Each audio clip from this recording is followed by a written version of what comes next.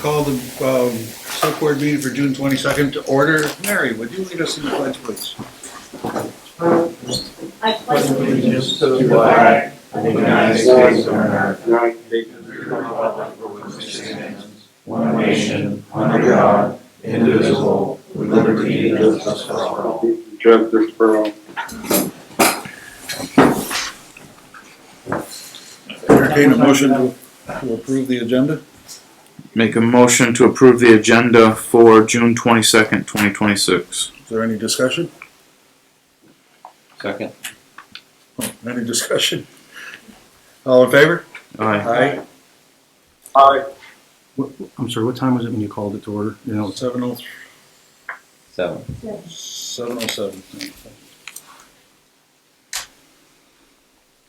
Make a motion to approve the minutes for June 11th, 2026.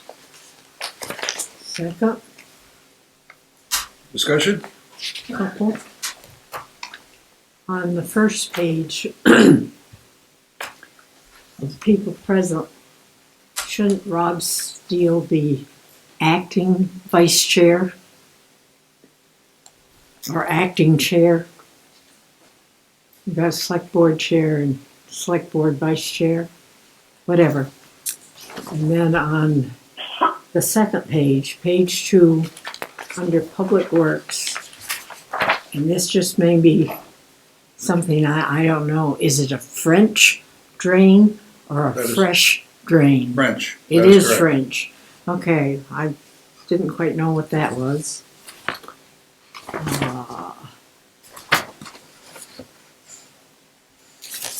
Okay, on page 5, when we're getting over to fireworks,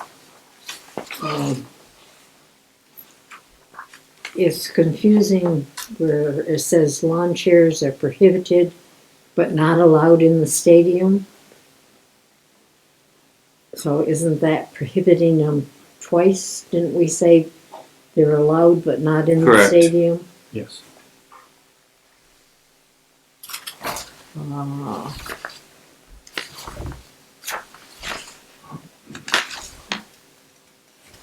Other than a couple commas, that's all I've got. Mark? I have none. Rob, you good? On the fireworks, where it's fireworks, about halfway down through, it says R. Steele stated that in upcoming meetings he would like to discuss the future of the fireworks location for Castleton. That's just the future of the fireworks in general, not even so much the location. So just scratch location out of that.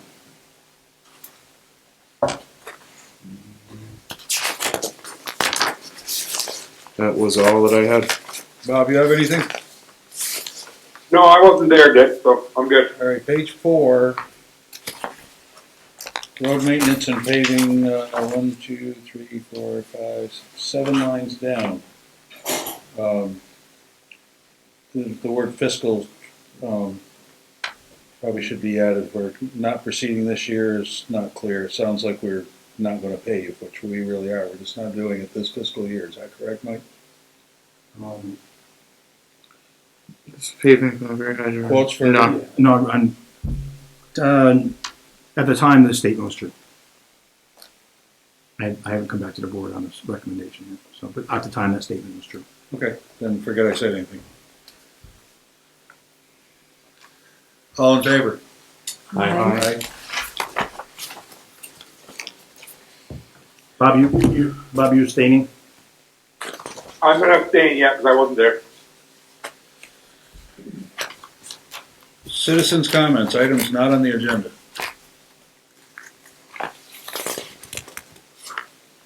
Mary? What's your name, Mary?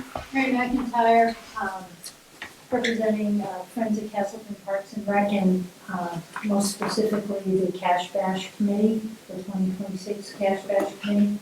I'd like to present to the board and all members, we've now reached the $100,000 mark. Great job. And notice, this does not say, down here, it says Friends of Castleton Park because we're the 501c. But this represents the community of Castleton.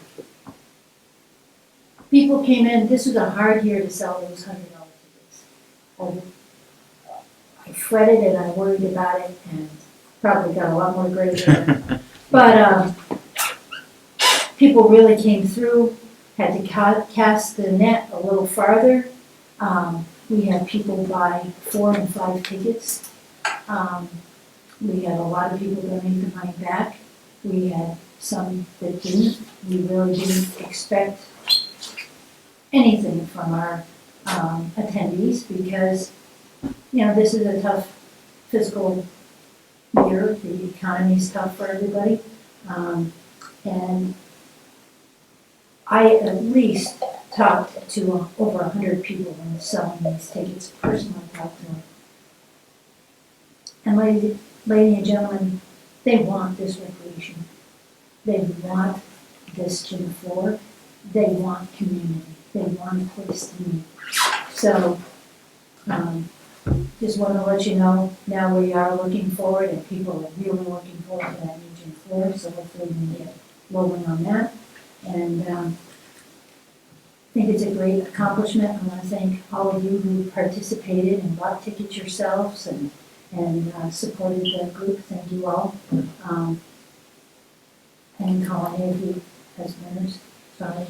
Thank you, Mary, too. We bought tickets too, and we didn't win either, but that's okay. But thank you.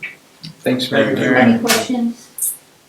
Just pass on our thanks and congratulations to everyone that's worked with you on this. Thank you. Mary, you saw the traffic about what their projected start date on that, of the floor? No, I didn't see. If you put out anything, I talked to them right after because I'd been communicating with them for over the year. And I let them know how successful our cash bash was. And they told me on November 1st. That's November, that's the timeframe. Yeah. But, yeah, other than that, I haven't seen anything. That was it. So are we ready to go or? There's a few administrative things that need to be taken care of. We've been in contact with them, with Lori Danaher. Yep. And so, I think nothing's gonna really hold it up. Because, again, people ask me, when are we gonna get going on it? When are we gonna go? So, Since there's no asbestos in the floor, in the glue or any of the tile, so that was good. There's no remediation that's happened, it's just they can go.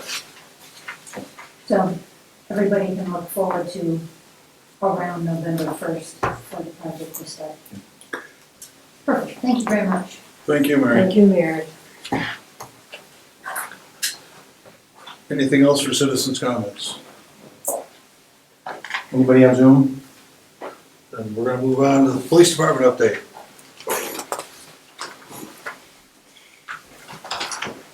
Good evening, Chief. Good evening, board. All right. It'll be busy the next couple months, but we'll move on. Let's talk about in May. There's a couple things I want to show you. The things, why we were down 70 calls from 797 to 724. If you look at them, you can see where they were down. Medical emergencies were up. Traffic stops down a few. Some direct patrols down a few. Spread out, it was all spread out.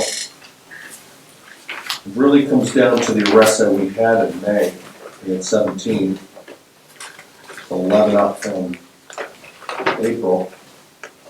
So I kind of calculated, I wanted to throw this out. You guys think, when people think we're not out there. So just those 11 arrests, even if you multiply with a fair minimum of 6 hours per arrest, about 6 hours, that was probably more closer to 80, but I was trying to be conservative because, we had 2 burglaries, processing those scenes. DUIs always take a long time. We had 3. Just stuff that was a little more time consuming than you would normally deal with. The criminal threatening disorderly that took about 7 hours. That was my case. So that just kind of gives you an understanding of why the calls were down. Most of it would be proactive anyway, not so much the calls that came in, you know. Any comments or questions on the calls for service? Does that include the criminal arrest? I mean, that's kind of a disturbing trend, isn't it? Yeah, it's already started, June's already kind of, next month, well, who knows what it's gonna be, but it's, 2 burglaries and criminal threatening. you know, and then 3 DWIs. We had some this month too, so that's the big difference there. Do we normally see more in the summertime on arrests than? You know what? So, going on 13 years, this year, I think this summer, I had never seen it this busy so early. I mean, talk to Mike, I mean, I'm way behind, you know, a bunch of us are way behind some cases, but when you gotta deal with these things that gotta get done, it does put a little stress. Plus, we had one officer for military leave for actually, was it? No, actually, that was in June, forget about that. But it makes a difference, yeah, I think it's up. I think the trend is up. Justin said his Saturday night was pretty busy. It's, yeah, it doesn't include the 5 vehicles that were stolen from Garvey Nissan in June, so that'll be a next month's thing. That was another, Yeah. one of them was here. Yeah, Justin gave me the highlights. Did he? Nice. So that's a reason there. So any questions on the calls or the criminal arrests? If you just kind of look down what they were.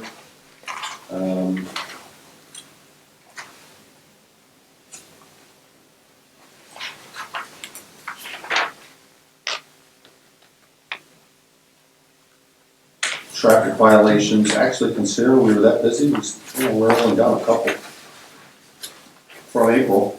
Should have been more, should have been near probably 100.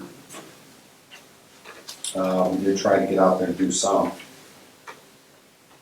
And if you look in May also, look at the calls we did at the university, we had 15, so that was the last month they were here, so really 2 weeks in May, that's what all that was.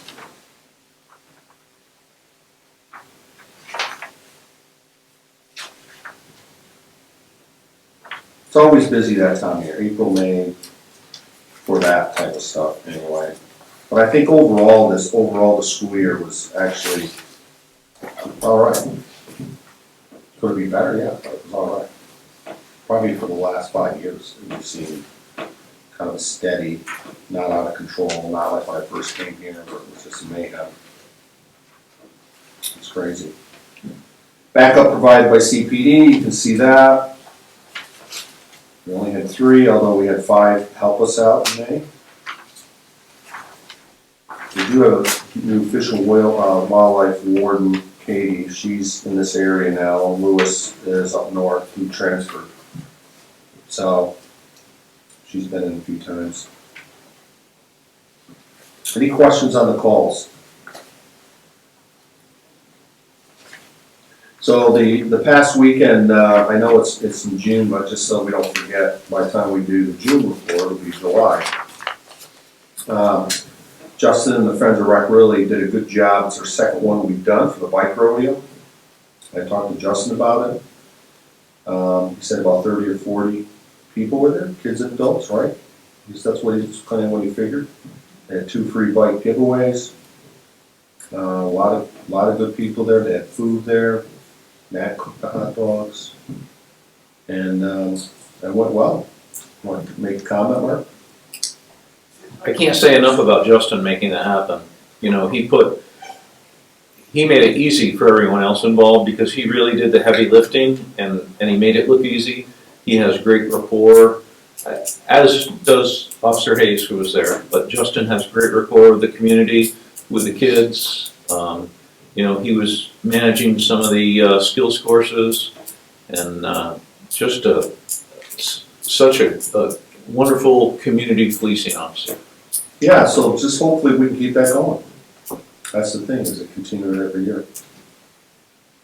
Unfortunately, there was a snafu somewhere between getting the information there and the school having it in the Thursday packet, so it wasn't out.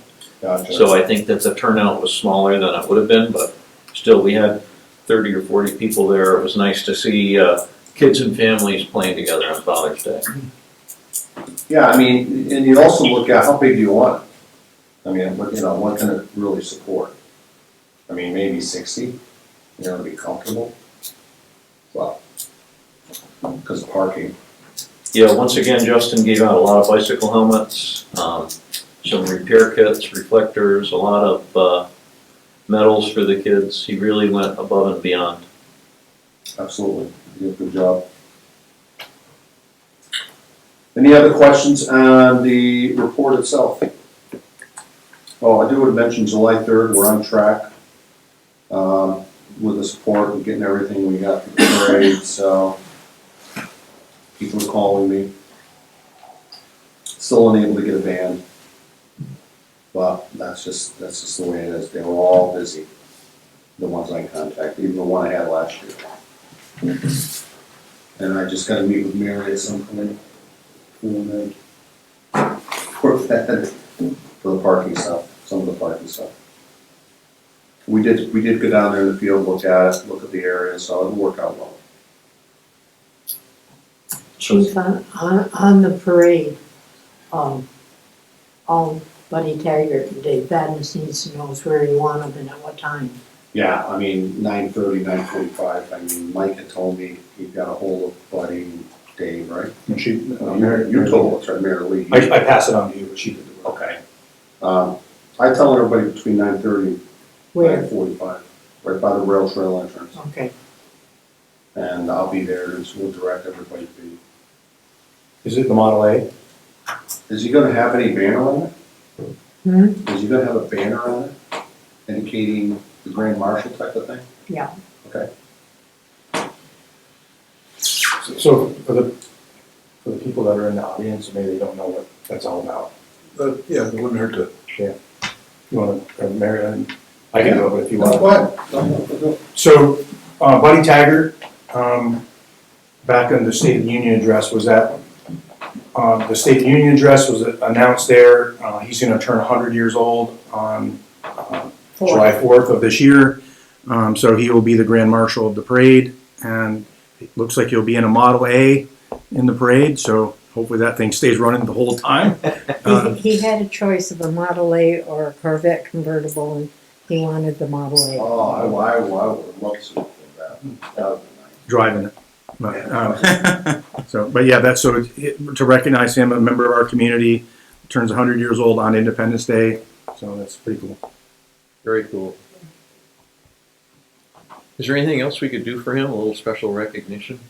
It was too late for this last congressional. They ended before we could get a resolution done, but it would be really nice to have a resolution done that recognized Independence Day 2026 as Buddy Taggart Day in the town of Castleton. What if the town manager presented him with the key to the city? So I recommended that, and when I sent an email to you guys that I asked lawfully, could the select board write their own resolution? Nobody's going to put you in jail if you did, but I thought that would be pretty cool. Just do a resolution and then give them a key to the town. Yeah, if we can get that later tonight, huh? At least discuss it. Yeah. We can do it under, you can bring it up during select board comments. All right. Any other questions? I have none. Yes, sir. Oh, everybody's done. I'm good. I talked to the chief today. There's been some folks that are concerned about speed limits in the new ordinance, but I went over them with the chief today, and the complaints that were being made must have been off that first post that was made on the website, Front Porch Forum, because the new one, they are correct. So if you hear of that, they were corrected in the new versions out there. Yeah, that was a little confusing, because I literally, the week before you guys got that second version, I drove all those roads. And they're all marked, and some I didn't mark because they didn't have anything on them. And that's something that, as it goes forward with the ordinance, you'll be able to, especially for the unpaved roads, you can set those 35-mile-an-hour zones, roads, you can set that lower, but you can't go below 25 without a traffic study. So just kind of for information. Any more questions for the chief? Fine. Thank you, chief. Thank you. Chief, you're up.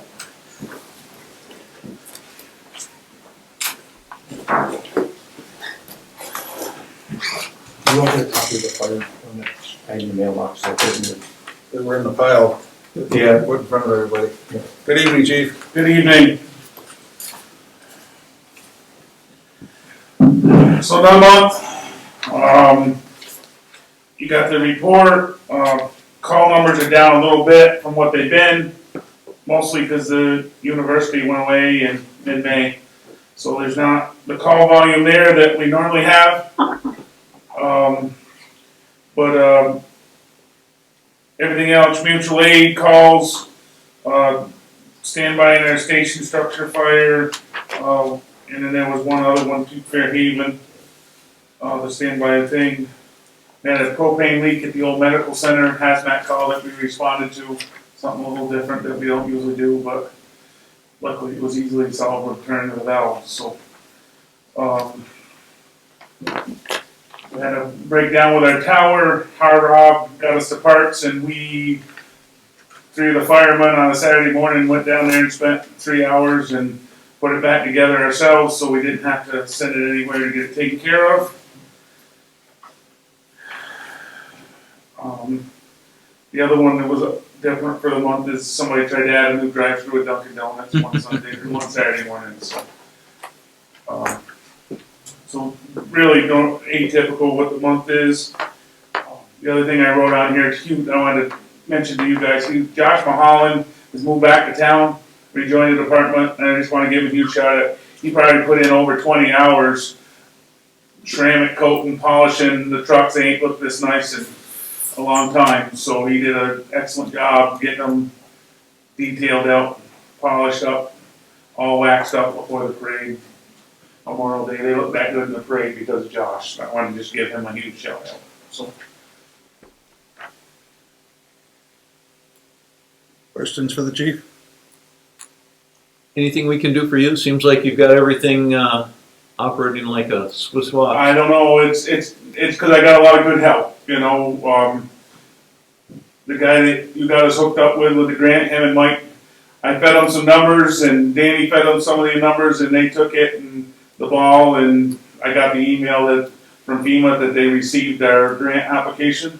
So that's a, you know, it'll be officially in next month, like Pete said, because we just did it for June. But it was a great help, you know, what they did. So we got some parts ordered. Like I said, it's because of good support. It makes it go so good. You know, I got a lot of people I can delegate to. I've learned that after 20 years of being chief, I got to have some delegation because I can't do it all myself. So. You don't have to do it all. So, well, you got support here too, so if there's anything that we can do, make sure you bring that to us. Because we can't help you if we don't know what it is that you need. End of the budget year, me and Mike have been watching it because it's pretty tight. Everything is so stupid expensive. Mm-hmm. And getting parts when we can get them, we're lucky we can get them sometimes. Everybody knows how the part sheet is. It's just hard, but we keep going day to day and keep everything moving. Do the best we can. When everything's mission capable, that's a good thing. Right now, everything's mission capable. We got some other parts ordered just to make sure they all stay that way. The structure fire in June, we had a little electrical issue with the tower. We fixed it in-house and got some new parts ordered, so hopefully it'll never happen again, but getting the new parts is a challenge. Out the Hard Rob, he keeps texting me about every 2 days. I haven't forgotten. I'm still trying to find this card, but we're working on it. So hopefully we can just fix that in-house too, that it doesn't come to have to do a whole new system to make it still work. So hopefully we'll still find the solenoid to make it work. But. Well, I totally appreciate it, and I totally understand why when you want something to work at 2 o'clock on Saturday morning, it better work. Yeah, no, exactly. So we just keep trying to pick away at it. The pump test all went good that month. Ed was in and went through the pumps, and everything tested out good. I think we had one valve we had to repack. It was pretty simple years. The day when Ed doesn't do it anymore, we're gonna be hurting. We're gonna have to. Vermont's gonna be hurting. Well, it's not so much we're gonna be hurting, there's other people that do it, but the other people come with a much bigger price tag. I totally appreciate the attention it takes to do that. My favorite phrase from a company I used to work for was, everything needs to be battle ready. Yeah, So it and is. we try That's a to, good thing. we try to keep that, if it's, like I said, the testing comes for the tower and the ladders the end of the month here, next Monday and Tuesday, they're here to make sure everything's safe on all our ladders and towers, so we just keep moving ahead one day at a time. Please pass on to all your people just how much we appreciate everything you guys do. We Or tell you them people all the time, do, I because you should guys say. say that every time I do make it here, I'm sorry I missed the last one or two of them, but it's just, baseball season got in the way, so, Well, sometimes you gotta be dead, and that's important too. so, okay. So everyone knows that shiny and new to us, but that tower's still a 2001. Yeah. So things are starting to get harder and harder to find parts for it, but I mean, it's a great truck. Yeah, it's a great truck. Well, like I said, hopefully we can find the parts, not have to retrofit something new into its place to make it work, but, because then that won't be an in-house fix. That just gets expensive, so. Well, Thank you, Chief. Thanks, all good, thank you. Thank you. So the firefighter grant is in. Is there anything you want to add to that, Mike? No, I just want to shout out to Ron Ruppel, who, a citizen, lives up on Frisbee Hill Road, volunteered his time to provide the input to that application and made my life much easier. And was submitted on Sunday. It was due today at 5, so we got ahead of it. But it's for 15 sets of complete gear, from helmet down to boots, gloves, and an extractor, an industrial washer. All the new equipment's at PFAS free. And third time's a charm. This is the third time we've applied for that. So Let's hope for the best. it's When like do you get a response on that? we probably won't know until probably like next year. It's been as early as, of course, it's later coming out. It's been as, Labor Day area, it's what they used to shoot for, but because it started so much later with the government shutdowns and everything, it'll probably be the first of the year. That we got notified the day, I got an email the day prior to that opening that we didn't get the last year's one. Although there's some official word, or some that came out, or not if it was official, came out earlier, but I have got an email saying your application was not approved. So, Well, it's nice to see someone from town step up and help out. Hopefully we can keep that going. yeah, I think it was like $94,000, I think is what the grant's for. Nice part about what we spent on 3 sets of gear would cover our portion of the cost to put 15 sets in the firehouse.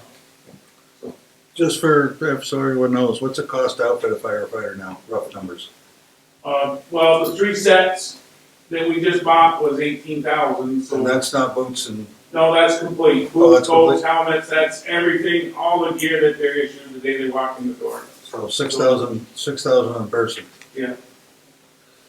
Used to be around 3 when I started doing it. Otherwise, Independence Day activity update. Do you have anything you want to put out there, Chief Mantello? No, I think I mentioned it already. We're on track with the parade and we're on track with the, man down. We're on track with both, so just getting some final entrance into the parade. I'll meet with my staff. We're all gonna be hands on deck that day anyway. And we're going to, I've already talked to Lori, so I'll meet with her at some point, probably next week, to really just kind of set where we're gonna go. I mean, we already kind of know where we're gonna put everybody in the grass and the hills in front of the dorms. We're not gonna put them in the stadium. They're not gonna have the view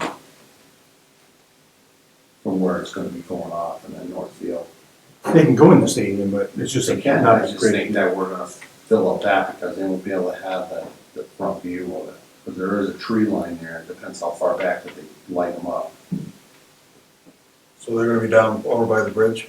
Yeah, right on the edge of that pond, about probably 40 feet or so. Okay, that's where I thought they were. Yeah. No, everything's good, we're good. Okay, thank you, chief. Yeah. Volunteer of the year recognition?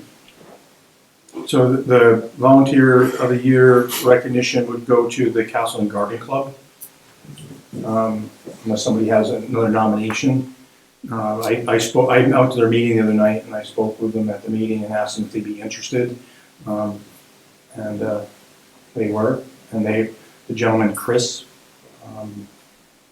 the stonemason, I can't remember his last name. But he said they got the tractor or the trailer to make it themselves, so I don't have to do that. And Mary called me the other day about the banner, and the banner's upstairs of the town office, so I'll bring that to Micah, and they'll set up their own tractor or a trailer to display themselves on. They were talking about putting some flowers and stuff on there to represent the garden club. So. BB, right? What's that? BB? BB? Crispy. Yeah, BB, yeah. Sorry, just kidding. I'm deaf as opposed, so I heard BB. Yeah, so they're on board with it. Excellent. They've done a wonderful job. I was coming home the other night at 9 o'clock and Doc Dirksen was down at the park and ride tending those flowers. Boy, he puts a lot of time in. Town office, the beach, the fire Firefighter. station. I did solicit some more out of them for Independence Day. I asked them to put some flowers along in like those whiskey barrels along the in front of the businesses on where the bricks are from the credit union back to the east. They were going to try to do something like that, and then they said they would take on the when you come into town on 4A from at the Iowa town line, the old Bird's Eye ski area. Is that turnaround? Well, this is Welcome to Castle in there. And then there's a pile of rubble next to it, and that the property belongs to Ed and Tammy Davis. So I talked to them, and they said that we could take the rubble away because some of it we want, and that the garden club said that they would beautify this around that sign so it looks nice when you come in on the east end. And by Paul McClure's place in Hyattville next to the ball field, that yellow house, there's a sign there. They'll beautify that as well. So coming in on both ends of town that way, they'd have beautify that so it looks nice when you come in. Great group. Thank you, Mike. Pass on our thanks to them as well. I'll do that. Public Works, 2013 tandem dump truck. So I mentioned to the board that I recommend that we get rid of one of our trucks. We're one truck. It still gives us a float by getting rid of one. I just recommended the 2013 tandem for several reasons I think we talked about. The bed chain doesn't work on it. We put a lot of money into it. It's got 8 new tires on it. We had about 500 piece. And then there was other work that was done on it. It was about $14,000. So all total, it looks like we have $20,000 into it recently. But the bed chain doesn't work. So to get that repaired, to use it for salt and sand spreading would be what we need to do. But if someone bought it that doesn't plow main roads, they could use it as a dump truck because it's still got some life to it. That would be my recommendation. I know that Mark, you went up and took some pictures and stuff like that, so we could have this discussion, but that would be my recommendation. I talked to Jeff about the single axles, and we still have 2 tandems, and we have the two full-size single axles, and then we have the 2 1-tons. And we'd be getting rid of the 13 tandem if you would go along with that. When I was up there, I heard a few of the folks up there say, I thought we were gonna keep this for summer work. I said, well, I did too, but it's the end of June and it hasn't run. That truck hasn't moved in the year 2026, or halfway through. We got 2 old single axles that could, So, yeah, you could make a case to use that truck for ditching work, but we're either gonna do it or we're not. And to have it sit there for half a year and not get used. I know we have put a lot of money into it to keep it up nice. Unfortunately, the municipal trucks don't bring a lot of money. I would hope to get 35,000 for that truck. We might have to take as much as 10 less than that. I don't know, it's just, the truck's only got 57,000 miles on it, but municipal trucks, the way they're set up with the sanders, the mid-sanders, the shorter box, they don't transition to commercial use that well. You know, they bring less money. We have two other tandem dump trucks already, right? We have a brand new one. Yeah.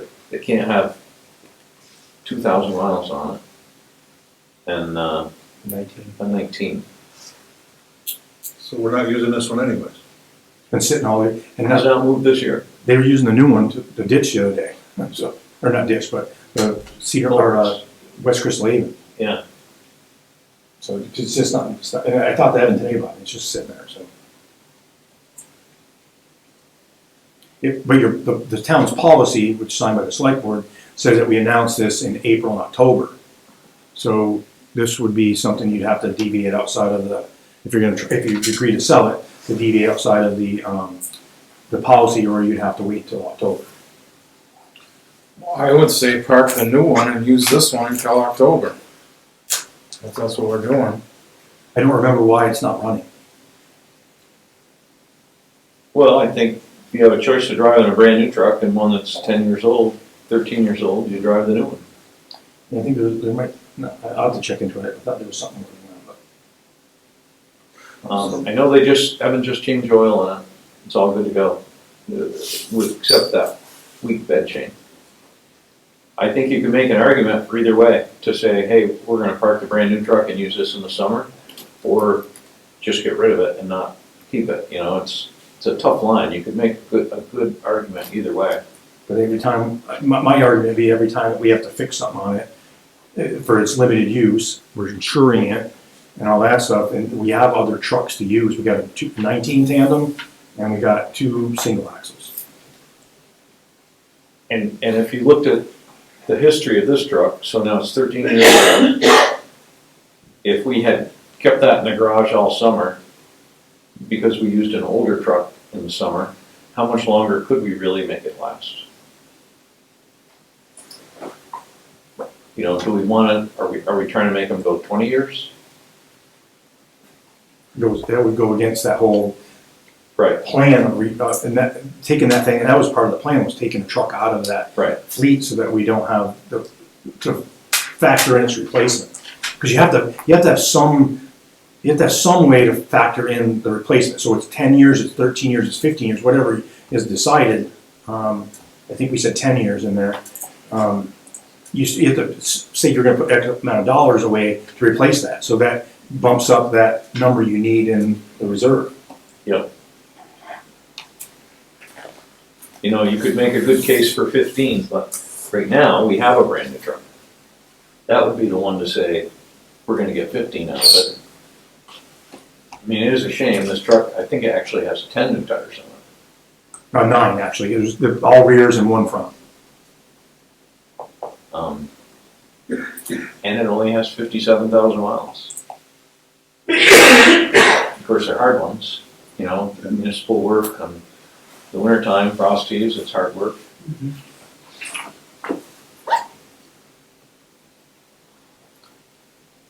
My personal opinion would be to have them use it until October and then we revisit it when we can sell it. That's my opinion. Park the new one, use this one for the summertime, and then we'll revisit this. How much do you think the value of that truck would change in 3 months' time or 4 months' time? It's not gonna change any in 3 or 4 months. If the value of it changed at all, it would probably go up for next March at the start of construction season. You know, anybody that has work going for 2026 and needs a truck, they're driving it today. or another municipality may see it out there and say, it's got a plow system on it, we pay to fix the bed chain, and some towns don't have are not as financially well off as we are. It's a fact. Right, I mean, it's short money, put somebody in a tandem truck that plows and salts. I looked it over pretty hard, it's in pretty nice shape, and I think Evan's been doing a good job taking care of them. I just can't see selling something for $25,000 that we just put $20,000 into. It is hard to do that. I do agree with that. I don't disagree with that, but I'm just looking at the fleet. We've got to downsize. I get a truck out of this fleet, whether it's that tandem or it's a single axle. Something's got to go. It's just costing us in our replacement plan because we have to put $20,000 or $30,000 a year or more in there to have enough built up to replace that vehicle when it comes time. We keep 5 trucks running when we can only drive 4. Yeah, we can drive 4 or 5 at a time. We got 7. 3, 4, 5, 6, 7. Yeah. What truck's in the worst condition up there out of all of them? This one? Well, that would be for the tandems, but if you took off the 2 single axles in that one, I don't know. I guess I'm not I think ready there's, to answer that one because I don't know. You look at theirs just got put but then 9 new tires on it. Yeah, But then $4,500 of tires on not it. everybody can drive the tandem, so we run into that too. Those single axle trucks have been kept up pretty nice, right? One of those just had the, Exhaust them. yeah, what was it for the DEF system that was so expensive? The exhaust system. Yeah, There's a coolant. There's one of the coolant lines that went over the top of the engine. Had to be that was all done, yeah, that difficult coolant line to replace. I looked at all those trucks, they're all, I don't think you could say any of them have been neglected. It, just like that tandem, it's just tough, you know, it's right at the end of its life. We didn't have the new truck in yet. And it needed tires and it needed, I forget what Rose did, kingpins or something. Sounds right. Some brake cans. I mean, you can't send it down the road with the wheels flopping and go, oh, it's just another 3 months. You know, we had to do the work. Mm-hmm. And then you look and go, geez. Well, if the board wants me to direct them to use it for the summer and revisit it in the fall, now at least I can come back to you with a better response to what's in the better shape of all. Could we ask if we have a member in the audience that would weigh in an opinion on this?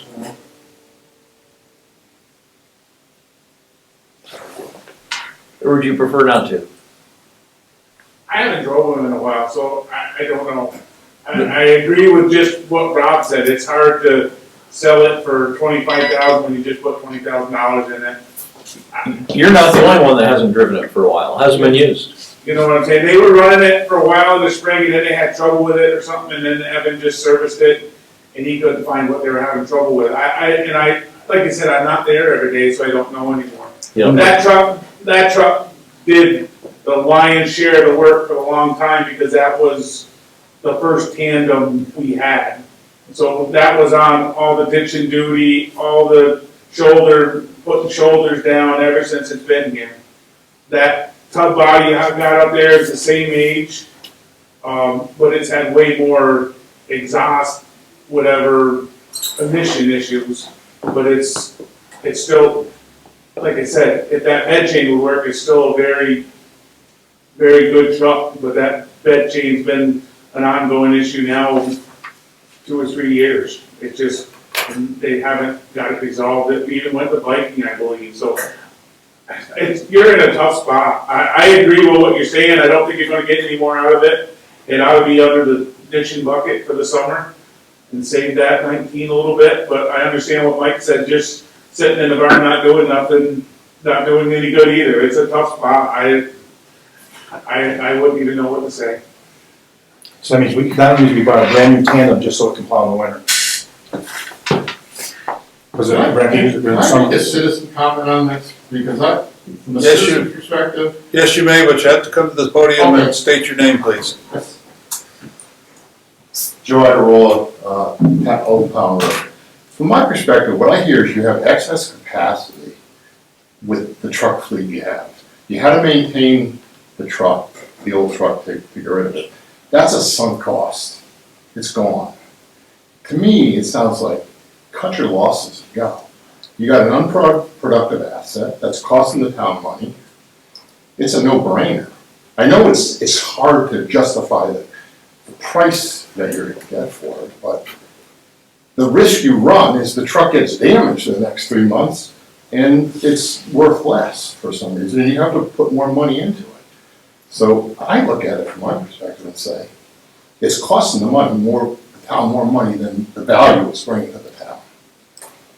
Sell it, move on. Not just now, Joe, but in the future, because we still have to insure it, we still have to do Yes. all that stuff, and, Just Right, my those are the costs. options. He brings up a good point on if we do use it the next couple months and something major happens, then we're screwed, you know, the engine cabs or, you know, that's something I didn't think about, so.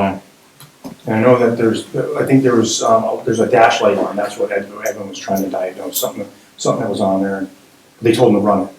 It wasn't gonna, cause more, some kind of catastrophic damage to it. You know, so I guess we run into the problem of it's worth $25,000 or it's worth nothing if we use it for 3 months. Well, I made a note for myself to talk to Mike tomorrow about our our policy on selling town property and see why we only do it twice a year.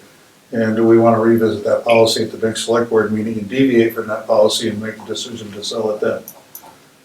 Or you can make a decision to sell it tonight and we'll see just what we need to do to deviate from our own policy.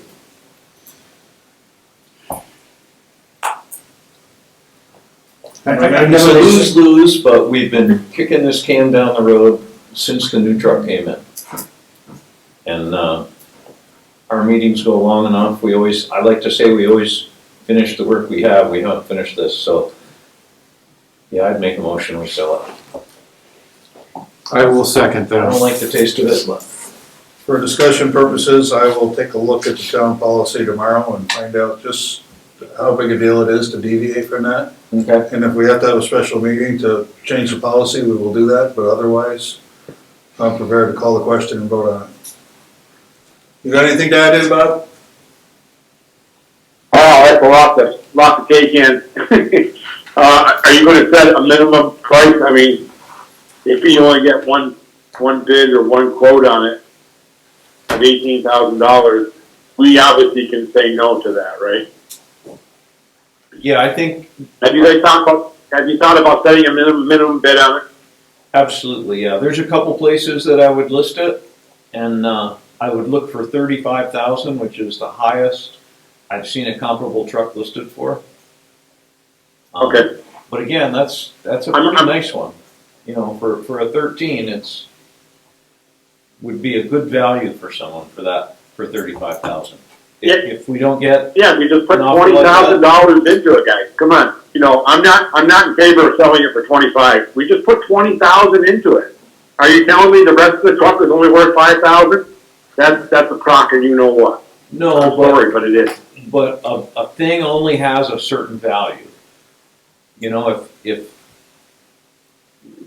there was a house on Main Street that was worth 200 and you paid 500 for it, it's still only worth 200. It doesn't matter how much you have in it. It matters how much someone will pay for it. You know, we can't say, hey, the best bid we got was 25,000. We're just going to keep it until we're all dead. You know, at some point, in modern marketing, when you put something out on electronic platforms in front of 10,000 people, the highest bid you get is just plain what it's worth. Okay, so the motion is to, unless you have something else to add, Bob, I'm gonna call the question. Call the question. All right, so the motion is to sell the 2013 Tandem dump truck. All in favor? Aye. I'm gonna say no, Dick. Okay, we got 4 ayes and 1 nay. Okay, I will take a look with town manager tomorrow with the town policy and see just what the ramifications of that are. And I'll be in touch. Okay, there's a couple of municipal sites, you know, that small towns buy their equipment from, and we can work those pretty hard. Maybe there's somebody in the Northeast that would really like to have that truck for municipal service. And the fact that it just got all that work is an upsell. You know, There's a passable plow and a passable wing with it. So Mark, are you volunteering to drive that bus for a while? I will. Okay, I'll get it sold. I thought you would be, but I just wanted to hear you say it. Okay, thank you. You have a bus license? No, I don't have a driver's license at all. None at all? But I think Mark totally understood the figure of speech. Okay, so we're gonna move on to, update on the VTRANS paving project. So that project from Sand Hill Road to the Bridge 7, which is just east of the Amtrack station, was set to commence today. Their plan was to do all the preliminary work, put down a base coat, and not come back until August timeframe to put the riding surface on it, the top coat. So it's starting. Just want to there's going to be disruption. They're going to do their best to, inform the public, keep their signs up. They'll let me know if there's a snafu so I can put it out over social media, on the town website. But if you expect that that you're going to hit the town and there's never going to be any interruptions to get into a business or a driveway, when that milling machine or that paving is right in front of that driveway, there's going to be disruption. But progress comes with a cost at some point. It shouldn't be very long, but that date and time moment in time when you want to turn into the post office and there's a big milling machine in front of it, you're not going to be able to turn in there. But you'll be able to park somewhere else and walk over to it. And that shouldn't be an issue. But if you have to park in the handicap spot that's there, you might not be able to do it at that exact moment in time. I already had an individual call me about that, and we had an email chat back and forth, and they're good. So, You did start on the, yeah, like one building today, did you? I didn't see the light of day today, so I didn't get out and look at it yet. Anything? Dick, I got a question before we shut this down. Okay. Go ahead. You want me to ask it now? August, Mike, whatever happened to us doing our work under that road before they paved it? We've talked about that for the last 2 years. Did something change and I missed it? You know about the drainage from the college down through by Chris Cressy's house? Yeah. Didn't we have to dig up that road? We said, we're gonna get that done before they pave. Oh, I kept saying Is that. that, I did. I kept saying that. what, And then by the time my desire to put out this good product for RFP came in later than they wouldn't. Originally, they were going to start for Haven. Now they're starting in Castleton, so that put a kibosh to that. But so the quotes for the catch basins to replace or install were at 2 weeks out. So I'm waiting on those at this point. So what they're going to do is they would pave, and we're going to saw cut around that area where the drain's going to go in. And when they come back in and do the riding surface, you'll never know. But that's the reason why. okay. Just blame it on me, Bob. Oh, no, I'm not blaming nothing on anybody. I just didn't know if it was forgotten about or. No, not forgotten. Okay. But We'll be able to get it done. So we're gonna do it like in the middle of they do the recoding first and then they come back and pave and we're gonna do our thing in the middle of those two things. Is that what you're telling me? that's exactly what I'm telling you. Okay, all right, that's all I'm asking. Okay. What? I don't have the quotes back yet. I know. Well, I understand that. But there's a so what out of that. The so what is if we put it out to bid, it's going to take longer. And so I don't have the quotes to bring to the select board, but I will say out loud now that I was going to come to the select board once I have it and say the company that did the work on those storm drains that they're going to be connecting to, I'm going to ask the board to go sole source on that one because they already know the infrastructure. But Okay, yeah, that's fine. and this is all covered under I'm that plan, so I verified it that one in front of the library where they were going to connect into the existing was all done by Fabians, but it's all part of the grant process too. So. But I don't have the rate here right now.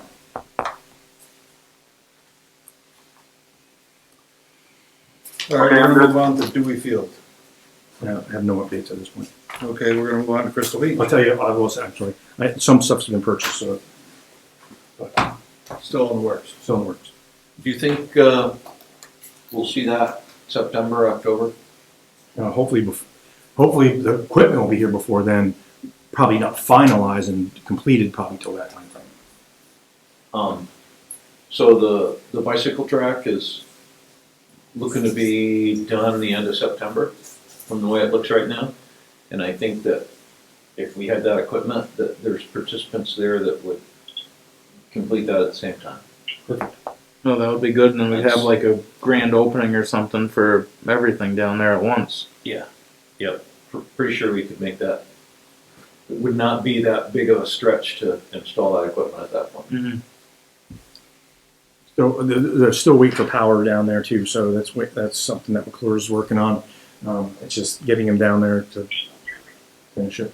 Yeah, if you've got people down there that with the equipment and they're qualified to do it and they're ready and willing and able to help, then best thing we can do is make sure we got everything there and we stay out of the way. It's a lot easier to haul equipment once than twice. Yes, it is. So now let's talk about Crystal Beach parking update. We had made a decision at the last meeting, and is there anything to add to that decision? There was the email traffic I sent about considerations about, there's just seems, it's kind of like the sewer thing with the payment. It's like there's moving parts and how to, what I get out of this is that once the beach staff leaves, at the end of the day, the gate gets closed, 8 o'clock. The issue I have is, or I'm thinking about is, what happens if there's cars in there? I'm gonna ask a gate attendant to lock the gate with cars in there, and then we gotta deal with the aftermath of, letting in a tow truck company, because technically it says, if you're there after dusk to dawn, it says it'll be towed. So just the little administrative things that have to come along with this, the thought process is, I want to make sure it's well thought out, because I gotta brief this to Martha so she can brief it to the staff, because when they close early on that day, and there's cars and they can't find someone, we're gonna lock the gate at whatever time it might be. Maintenance might come in the morning, but then they leave because the weather's, crappy. Just those kind of things how we're gonna handle. I don't think if they close for the day because the weather's crappy, I don't think we can lock the gate at noontime. No, I have to get somebody to come back and lock it at dusk to dawn, so there's some more administrative things I gotta, work out. Because if they send everybody home, somebody's gotta still go back over and lock the gate. In either case, we're not allowing the lake house to endorse or encourage parking at Crystal Beach, right? Correct. It's just that, so they get briefed that, okay, you're not gonna be able to park here, but then I gotta, the administrative things afterwards, the logistics part of it, I gotta work out. I haven't talked to Pete about it yet either, because they're gonna have to enforce that. Because nobody's gonna, unless, is it gonna be the staff that leaves, calls the police department saying, hey, there's still cars in here. If you're gonna have them towed, here are the cars that are here. I don't think Or do we just lock them in? or just lock them in. I mean, it's one of those That's things. what they do at Pine Hill in Rutland. Yeah. But I wasn't comfortable putting that on After you paper. lock a couple in, it isn't gonna happen anymore. I learned the first time. You got locked in? Did it happen to you? Yeah. How'd you get your car back? I had to call the police department. And, it was the first time, and I got the lecture, and I didn't do it again. I knew I didn't want to call them a second time. The reason, Mr. Chairman, I did not finish it and send it out to him is because of this kind of, I didn't feel comfortable making that kind of stuff up, you guys you're gonna answer the questions. I might field them initially, but it's your policy, so I wanna make sure that it was very clear, that that's what the select board wants. Well, I think the start with is they've got to realize that it's not gonna happen, that they can't continue to do that. So they can't have their nice little sign out and say, just go on down to Crystal It's Beach. overflow parking at Crystal Beach. Yeah, That was still that up sign's yesterday. Gotta go. Because they haven't got my letter yet, until I talk to you guys again. See, that sign's gotta go, because as long as that sign's there, it looks like it's okay. So are you saying, if I'm hearing you correctly, that it stands 8 o'clock, right, whatever, we close the gate, and I gotta figure out the coming back at 8 o'clock, I'll talk to Martha about that one, but, that they just get locked in there and they'll have to deal with the repercussions? Unfortunately, I don't think we have any choice with the vandalism we experienced. I mean, in a perfect world, I'd like to say, we'll just leave it open. You know, if somebody needs to park there for whatever use, that's fine. But we tried that and it wasn't very successful. It cost the town a lot of money. Yeah, and the town's spending money out of the rec budget to fix things that could be spent on other things, because people feel they can do donuts on lawns, or break in, or write graffiti on things, and. Right. This Yeah, I don't board, think we have any choice but to say, the gate goes up at 8 o'clock, whichever side you're on, that's where you're gonna be in the morning. this board has the responsibility to protect town property. But if it says violators will be towed, then their car might not be in the morning, if that's what you wanna go, is be at an impound yard. That's a tough deal too, if someone's there at 8 o'clock and a tow truck is called and then the owner of the car comes back before the tow truck, what do you do? What if you just plain lock the gate? They have to come back in the morning. That's kind of what I'm thinking. Well, I mean, yeah, because the whole thing with the staff is if somebody has to let the tow truck driver in there to get the thing, that somebody has to stay there and lock the gate when they're done. So I think that just locking them in there, I mean, there'll probably be some fences that are torn down or knocked over, because they'll get out somehow, but you can't come up with every solution for every possible problem that's gonna happen. Well, Mike, you make sure that the attendants take the license plate number, so if they come back in the morning and the car is gone, Steve, you know who did knock the gate down. I mean, that's a no-brainer. This is all just a logistics, Correct. Bob. I just make sure that Martha Clifford is briefed on what the board wants, so that she can brief her staff. I know she that if she wants to ask a question, she'll raise her hand. She's able to articulate that to her staff, so they do what they're being asked to do. Yeah, I think once we decide if that's what we're gonna do, a few signs will get people's attention. And yeah, that's the chief. He's gone, but he always says to me, "Whatever you put up, make sure let me look at it, because it has to be enforceable. Don't spend money on signs and try to do something that's not enforceable." Right. Well, a sign that says the chain is locked at 8 o'clock. It's pretty straightforward. Violators will be locked in, or something that's very clear. Pine Hill, town or city? City of Rutland. What's their what do they do? I mean, obviously they lock the gate. And if you come down off the trail and load your bike in your car and realize the gate's up, is there a sign there that tells you to call PD, or? I missed, when they started doing this, I missed the sign that said the gate was locked, so I called the PD and, they were kind of dismissive. They said, "Hey, did you see the sign?" It's like, "No, I didn't."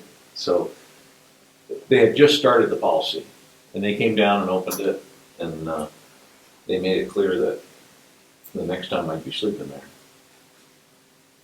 I think the Pittsburgh Rec Center's the same way. When they lock that gate, nobody's waiting around for you to come out of the woods in your hike and. Right. No, and you get it. So unfortunately, those rules are necessary because people vandalize things and cause crimes. What do we do now? What's our current course of action in the evening? When Martha's staff leaves, they either lock or do not lock the gate, depending on if anyone's in there? According to Martha last week, that she needs to tighten the shop group on that, just to make sure everybody's aware. But that would be it. They leave, they lock it up. What are we actually doing now, Martha? What we're actually doing is, when I have signs out there that we close the bathrooms at 7:45 to clean. They'll be locked thereafter. Cars have to be out of the parking lot. You may come back in if you like, but the chain is going to be locked at 8 o'clock. You mean they can walk back in if they want to? Yeah. Yeah, There's- if they want to use the And, Crystal like, Beach there's fund. like a swath like this that anybody can get through. It's the dusk to dawn policy of closing the beach, so as long as it's not dusk in the middle of summer, it's still light at 9 That creates its own problems, because, without you know, times. dusk is, it varies Yeah. from June until, Yeah. August. Maybe it said I- 10 PM, maybe. I'll have to go back and look at the minutes. They did say, maybe it was a timer to that the board had talked about, closing it. It wasn't just dusk to dawn. Because that time, as summer progresses, we're gonna lose less and less daylight. So maybe it was a time. And we were saying, yeah, in January, like it's dark at 4 o'clock. But and it might be 9:30 in July.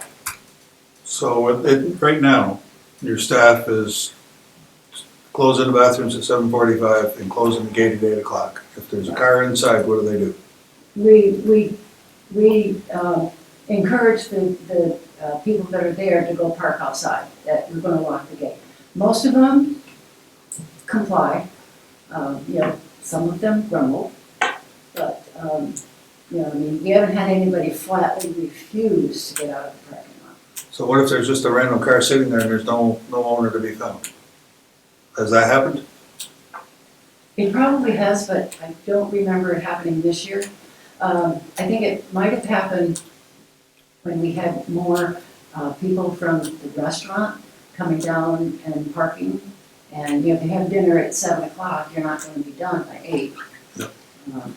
And, I think maybe at that point, we probably left it down and maybe Ken closed it up when it was dark or all the cars were out of the parking lot. But Well, maybe I hate relying on Ken, it's not Ken's job. Maybe the restaurant should change their sign to the Crystal Beach parking lot is locked at 8. I know at a previous meeting, that Rob had said something about not encouraging, doing nothing to encourage them parking down there, so that might encourage them, so my only thought on that one.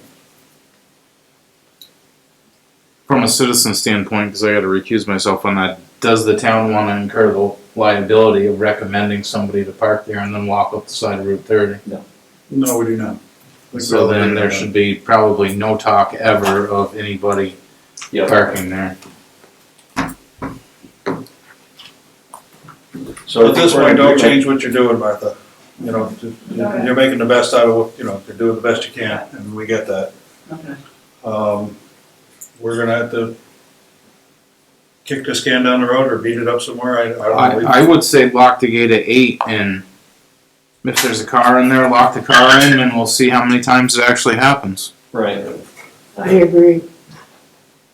Martha, But, okay, so the car is in there, we lock the gate, we don't have an appropriate sign that says you're gonna get locked in. I talked He's to, gonna say, I can't enforce anything. no, right? we're gonna order signs, but before Jeff orders them, I wanted to make sure that we get this sorted out, so we put the right verbiage on it. and so it would be during summer hours. In the winter, we try to accommodate ice fishermen and ice skaters as best we can, so that's a whole different animal. But this would be during summer, Right, I mean, during this summer is season. for summer, yeah, I get that. This is when you're more likely to have the vandalism when it's a nice night and somebody's going to wheel Well, I in agree. there at 11 o'clock at night. January, when it's 10 below zero, isn't time most hoodlums are out doing stuff like that. Mary, did you have anything you wanted to add, or we pretty well beat it to death? Okay. So, start working on a sign. I think a sign that says the chain's locked at 8 o'clock is pretty straightforward. Pretty straightforward. The chain's locked at 8 o'clock. And the signs at the lake house come down. The signs at the lake house come down. So let's take another look at that letter. Mike, circulate your latest version to the select board via email, and we'll all respond individually. Does that make sense? Yes. Did I already send out a first draft to you You guys? sent out a Yes. first draft, but I'd like to see the latest version. I know it changed a little bit. And we're gonna move on to the tax rate. It's a light subject. Yeah. We have I didn't have anything in my packet. Joe did not. get to it, to provide to you. So we're gonna have to kick that can down the road, for setting a preliminary tax rate. Or, not setting, showing you what it would be preliminary, with the grand list numbers that we have and the budget that was passed.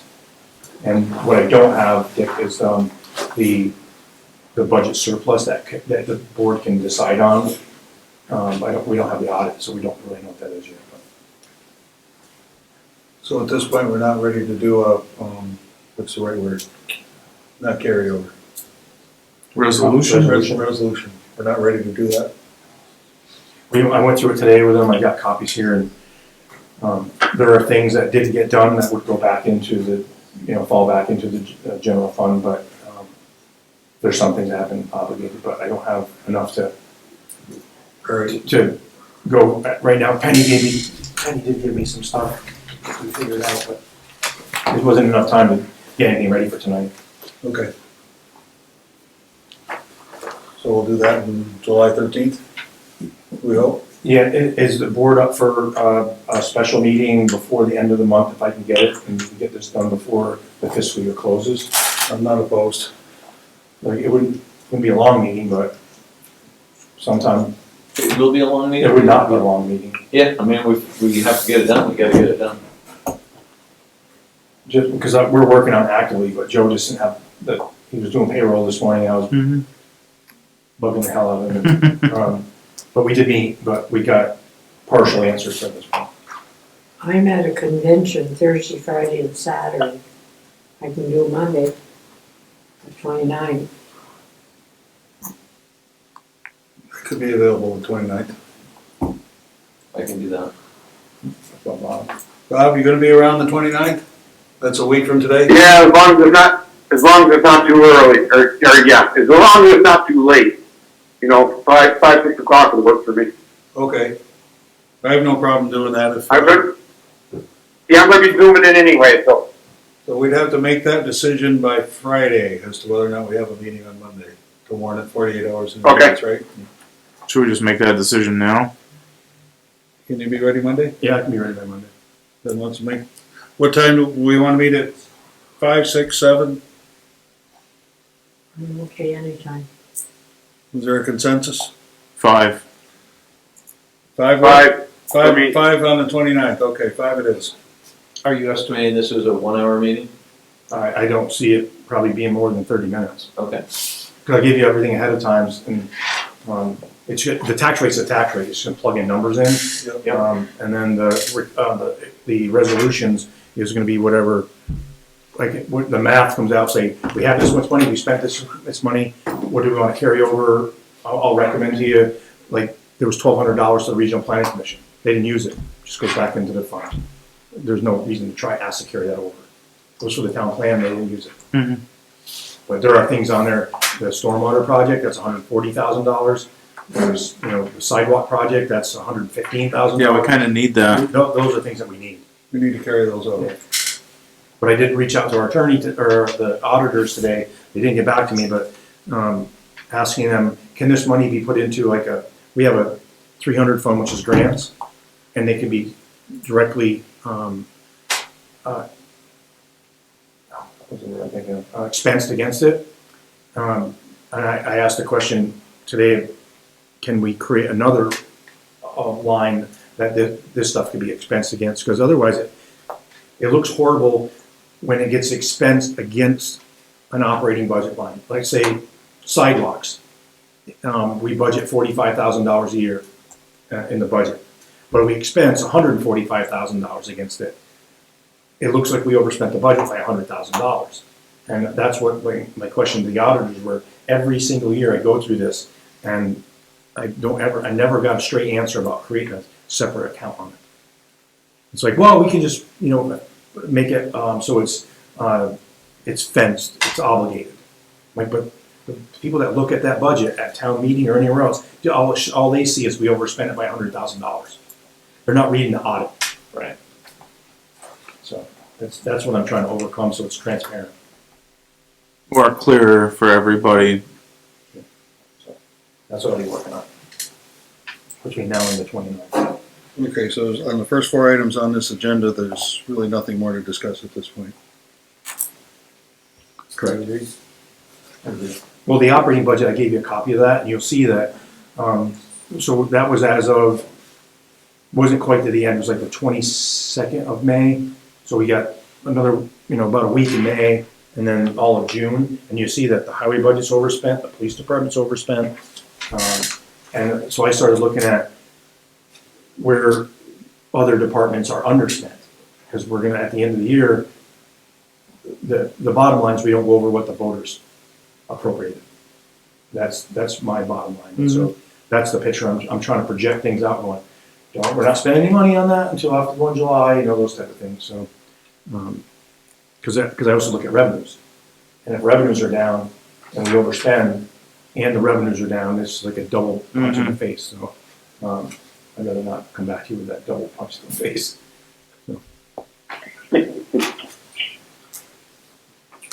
So yeah, the first four would be continuation.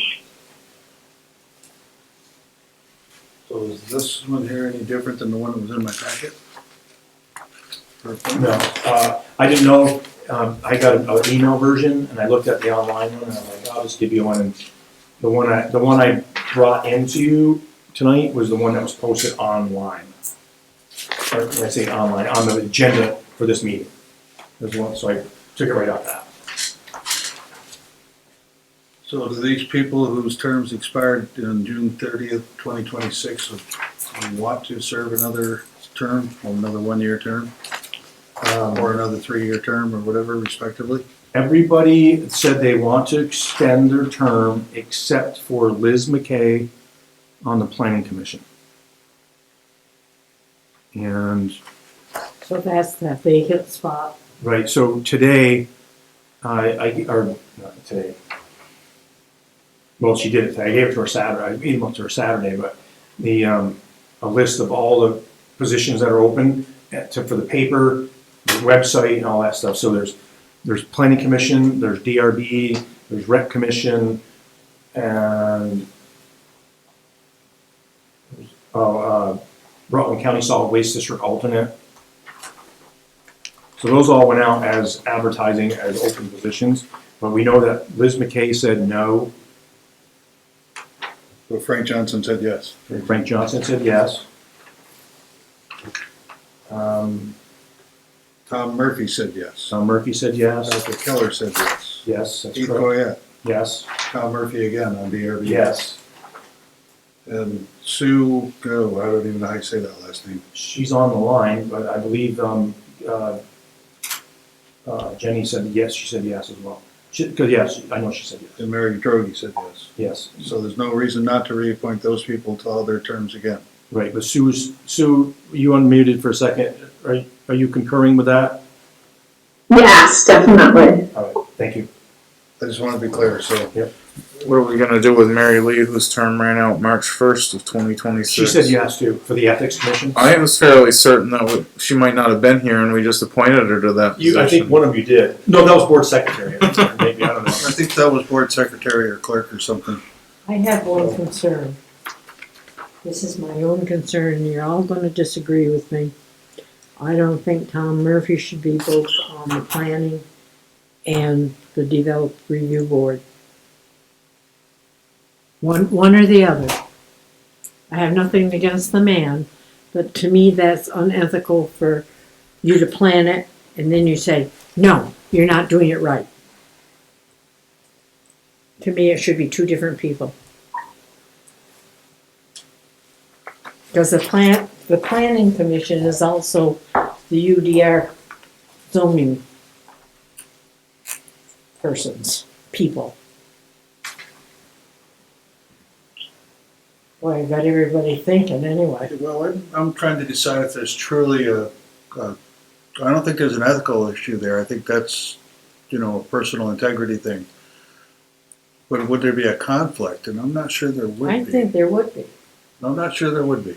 I don't know if the rest of the board wants to weigh in on that. You can't have somebody making the rules and enforcing them at the same time. Well, it's not That's so what much I'm enforcing as it is interpreting. The DRB's responsibility is to manage the the things that aren't conforming to the zoning regulations. But he's already agreed that the zoning is right, so he's already interpreted it. So he's not open-minded. Or, I'm saying he, I don't Yeah, necessarily. regardless of who it is, it could be anybody in Yeah, that right. position. She's not picking on that person as an individual, she's talking about in general, you know. But I think if you look at, tonight on the Board of Sewer Commissioners, we talked about, when you have to hook up to a municipal line.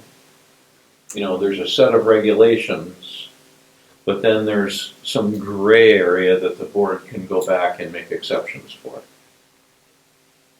And I think that happens a lot, particularly in a small town where you make a regulation, but you know that we talked about the procedure that we have to go through for a home that's vacated to give up their sewer allotment. And we want to make that hard and fast rule, but by the time we got done discussing it, we talked about a few people that have already circumvented that point. And we go, yeah, we'll have to make an exception there as long as it's verifiable. You know, I like to have hard and fast rules, but they never work. There's always an exception, and I think that, you know, you have to have the ability to agree in the principle of a rule or regulation, but at the same time understand that there will be legitimate exceptions to it. How do you apply it fairly? I'm sure that this isn't the first time that this has come up in a town. Would it be worth reaching out to the league and seeing if they got anything to weigh in on that? Well, we've had people in the past be on both. It's not unusual. It's not unusual. No, it's been, historically, that's been, It's not recommended by the league.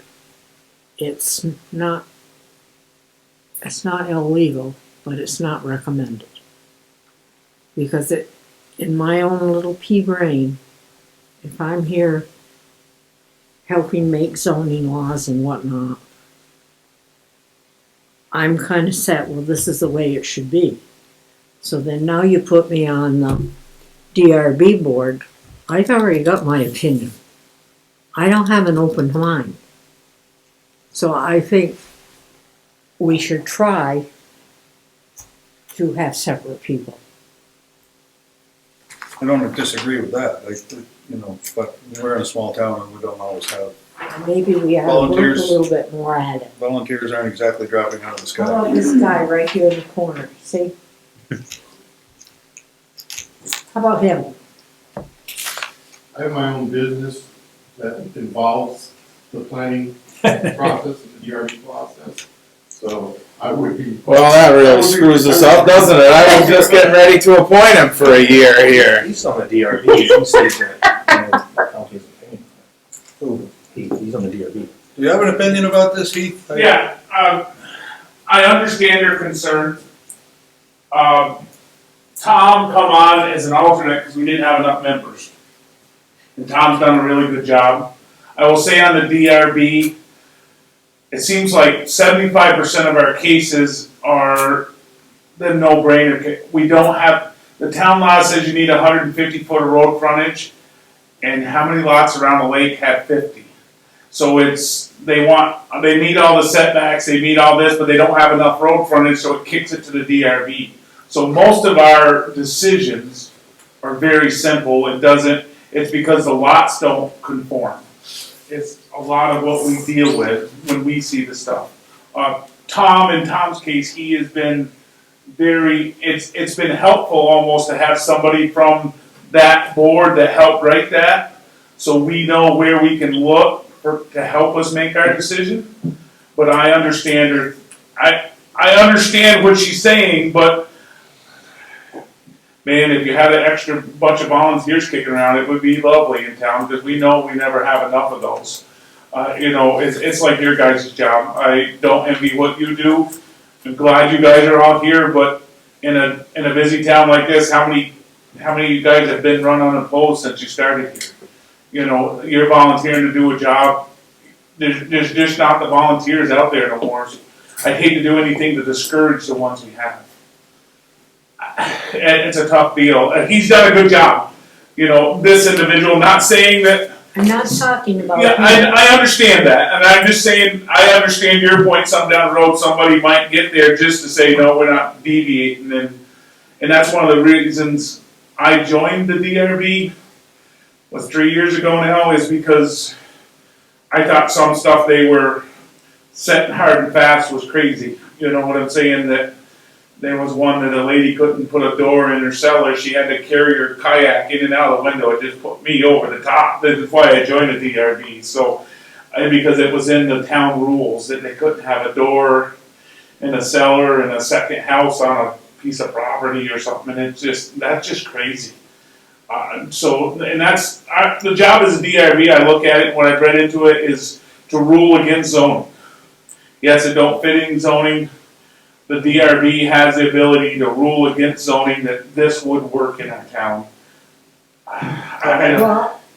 But he set zoning, he's signed up, so I understand, but if you had extra volunteers, yeah, it would be nice to have 2 separate boards, but when you don't have enough, I don't know how you turn somebody away. But can't we try to get someone else? Well, we just advertise again. I was at Front Porch Forum, I see it too, and then on the town website, I see it. So somebody has advertised, whether it's Mike or I had Jenny advertise. Jenny advertise it, but I'd seen it out there. It would be nice to have 2 boards, but I don't, to set a hard, fast rule, we couldn't have a person serving on both, I think would be a mistake. Let's put it that way. I think the role of the DRB is more primarily to manage the exceptions, right? Yes. That's a good way of putting it. It managed acceptance. And just because you wrote the rules doesn't mean you can't manage the exceptions. I mean, I get your point, but once again, I don't see where there's a ethical issue there. There might be a conflict, and I can understand why BLCT would recommend not doing that. I don't know if there's a good answer, because, like I said, but I understand her concern, but Without him, you didn't have enough people on the board. we would have, right now, he was a alternate for us. Mhm. He had agreed to become an alternate. We had somebody else leave, so he now has become a full-time been there every meeting for us, because if not, we wouldn't have a full board. And some nights not a quorum, and we know how the building season in Vermont is so small as it is. We hate kicking them down the road any further than we have to. We'd like to try to, if Karen has got something, we'd like to get it to us as quick as we can, so we could get the people started with their projects, if we're gonna approve them. Okay, thanks, Heath. Appreciate your input. And this guy is not gonna agree with us? Who's that? Joe Mark? Correct. He's a no. He is not. He's a no. Joe Mark is a no as well. He's what? A no. Not seeking reappointment. He's one of the ones where the term is up this year. So I would say that if we have enough volunteers and people that are interested in doing it, that we keep it separate. But if we run into a case where we don't have enough people to fill enough, that we have to accept that somebody could be in both. They could. I guess they could become an alternate. If once you fill the regular spots up, and you say if they're on both, you have to pick one or the other. But you can serve as an alternate. That way, there's not a chance you won't have a quorum or something. If at this point in time we have, no, including Mr. Murphy, we would have a total of 3 members on a 5-member board. Is that correct? Pat, John, Ted. We're not talking DRB, we're Oh. talking planning commission. Oh, So yeah. we would have Michael Scovener, Yep. Frank Johnson, and Tom Murphy. So we really. and Pat Keller. That would be it if we wanted. Pat Keller's on DRB, he's not on planning. Oh yeah, sorry, wrong one. I see Joe Mark is an alternate. Would he go full-time and not be an alternate? Not yet. Well, I guess I can't answer that. The answer was, did he want to serve on the planning commission anymore? I don't think it was about being an alternate. Did he just want to serve? And he said no. I can verify. Because I noticed in that email that we got today, Joe was making marks way down in the bottom of it. I think he's ready to, my understanding is he's ready to serve right on through to the end of the term, but he doesn't want to, he's not seeking reappointment.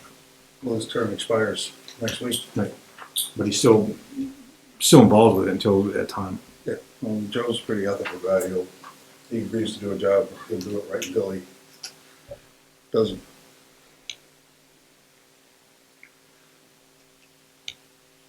So,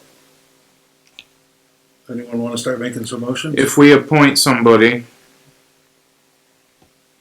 today and we end up with a bunch of people that are interested in doing it, can they become an alternate and we appoint somebody else? Can we switch it, or once they're appointed, are they appointed for, that's it? Can we change that back or no? I don't see any reason why we can't rescind an appointment. Okay. They serve at our pleasure. You guys are the authority. I think we need to have a reason to do that, Yeah. you know. Well, and if we just had, all of a sudden, we had a plethora of volunteers for both boards, and we asked Mr. Murphy if he wouldn't mind picking one of the two. But that's, we'd I have don't to wait see the till. conflict personally. In fact, I kind of wonder if it would make him uniquely more qualified. Okay, so at this point, it's not raining volunteers. So what are we gonna do? Appoint everybody as it is right now, and Second. that's kind of that's kind of what we have to do, because we need to have people on these boards, and we don't have enough people. We don't have enough people. And we haven't had any issues or complaints about anybody.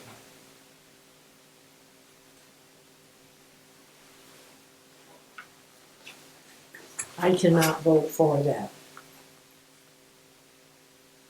Okay, just so you know Mhm. where I'm sitting. Well, and what you That's can't okay. you can't do a blanket motion, Rob, you have to do them individually, We can't always agree. No? but we can still get the job done.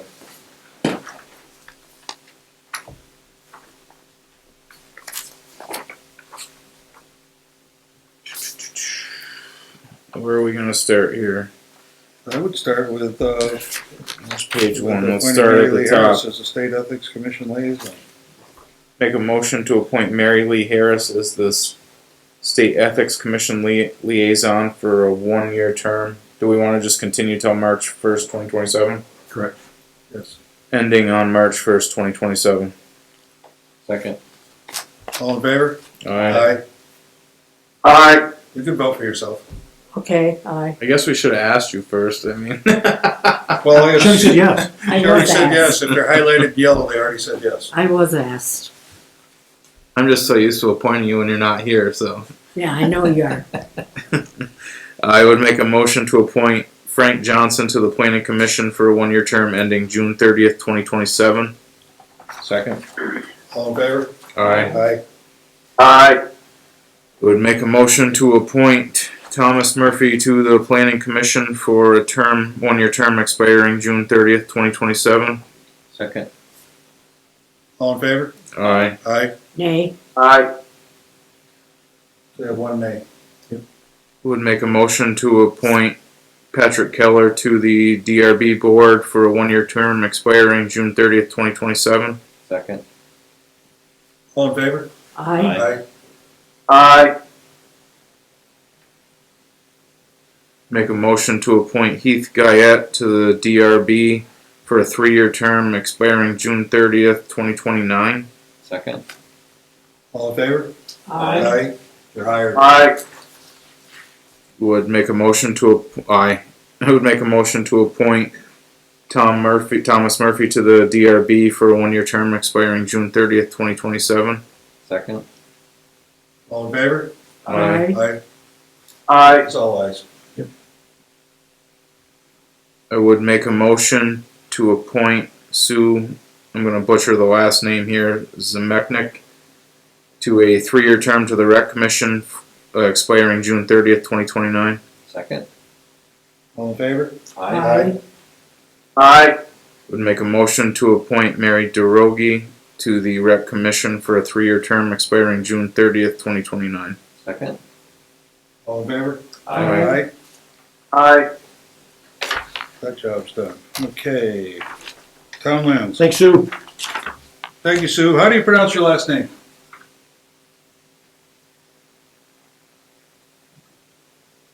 She's not speaking. She struggles with it too.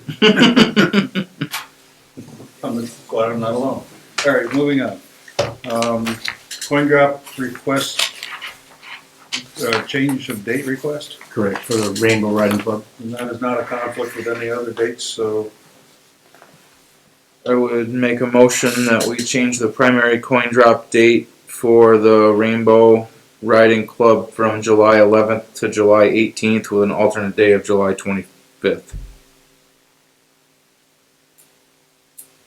Second. any discussion? All in favor? Aye. Aye.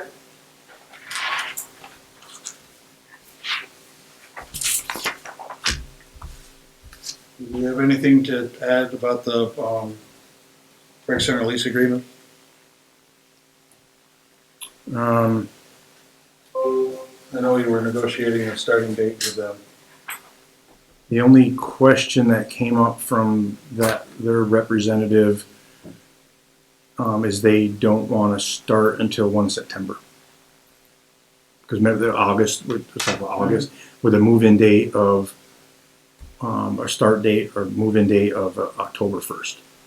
And originally, if they were going to, in August, they were going to give them the 30 days for July. So really, it almost translates that we still have work to do in here, so they would get the month of August free, and they could still be in here working, and they would start paying on September 1st. Mhm. And they said they would give us that money up front for that 1 month. October, or they pay for October. They're going to pay for October. October, yeah. September's a freebie. Right, September's a freebie. They pay, but they pay as a form for good faith. They would. Oops, we got bumped up. They would send us that first month's payment early as like a retainer. I guess I'm feeling negative in that they wanted to move in a year ago and wanted it right now. And now they're dragging it further and further. I think they should pay for September. My opinion. Well, I think that these deals always take longer than you want them to, for sure. And when you're the landlord, you want to get paid as soon as possible. And when you're the tenant, you don't want to get paid until you're actually using it and generating income. But I think we're quite a long ways down this road, and I think that everyone has negotiated fairly in good faith. And I would think it would behoove us to accept that agreement and start this relationship the best of friends. It does provide me some relief that I didn't have to get everything cleared out of here by 1 July. Because all this stuff on the walls have to come down. I have to get it put up in other rooms, but that here nor there, that part of it, but I do have to get it cleared out. Right, we're a little behind too. I think we're quibbling over very little here. To have a long-term 10-year lease agreement with someone, it's 5-year renewable for a business that's been in town for a long time. It just seems like going back and forth with them for $2,500 just seems not worth the effort. I absolutely agree. I think that this is a tremendous win for us on a lot of levels because we're keeping a business in the community, a business that had outgrown their space and didn't have another place, probably may have gone to another community, and I think it's really important we keep them here, and we have. We've taken a huge chunk of the operating budget out of this building, so it's affordable for the town to keep it as a recreation center. And I think that we have a good lease negotiated, and I would make a motion that we move forward with it. I think we've already, have we already voted on accepting the lease, or no, we just set more terms? We did not accept the starting date. I have to agree with you, Mark. I think that, at this point in time, I understand why they want to be creating revenue. About the time they start paying for it, that makes a lot of sense. And killing this deal over $2,500 is really not worth it. And I don't want to start the relationship on the aggressive. Yeah. You're taking me out of context. Then I apologize. That wasn't. It's not, certainly don't want them to go anywhere else. And I certainly think it's a good deal and whatnot. But I just think we have to weigh all options. I'd hate to see them go somewhere else. I agree with you. And I know you weren't suggesting that. You know, that's not the point. The point is, I just think, let's just consider every option before we jump into the lake and figure out if we can sink or swim. My opinion, talking with Mike and reading his emails, is that they keep pushing back on what you've asked for. It's kind of the same thing. They got back to, okay, October's going to be it. We'll give you some money up front, but basically they're saying that's our best. They're paying rent on 2 places right now. I understand that too, but I don't think you're going to get any more. And they got no income coming from this building for the month of September, and they're making improvements to our building at no cost to us. So. And we're keeping a valuable business in the community. That's a huge win for us. So we've got a motion. Do we have a second? I'll second it. I'll second it. Well, let Bob do it then. Do you have anything to add, Bob? No, I agree with both sides. It's a tough deal, but yeah, no, we need to keep them here. We gotta make that rec department work. It's gotta work. So for clarity, your motion is to accept the terms as presented and at least starts October 1st, and that they can start modifying the building on August 1st? That's correct. September 1st. September 1st, because I heard August in there somewhere. So. Yeah, originally it was August, but Previously. Now it's September. They don't get the keys until September 1st. They have only 1 month free. Mm-hmm. Right. So is that's your motion, Mark? That is my motion. We have a second on that. We have 2 seconds. Bob seconding. I'm going to call the question. Unless any more discussion from the board?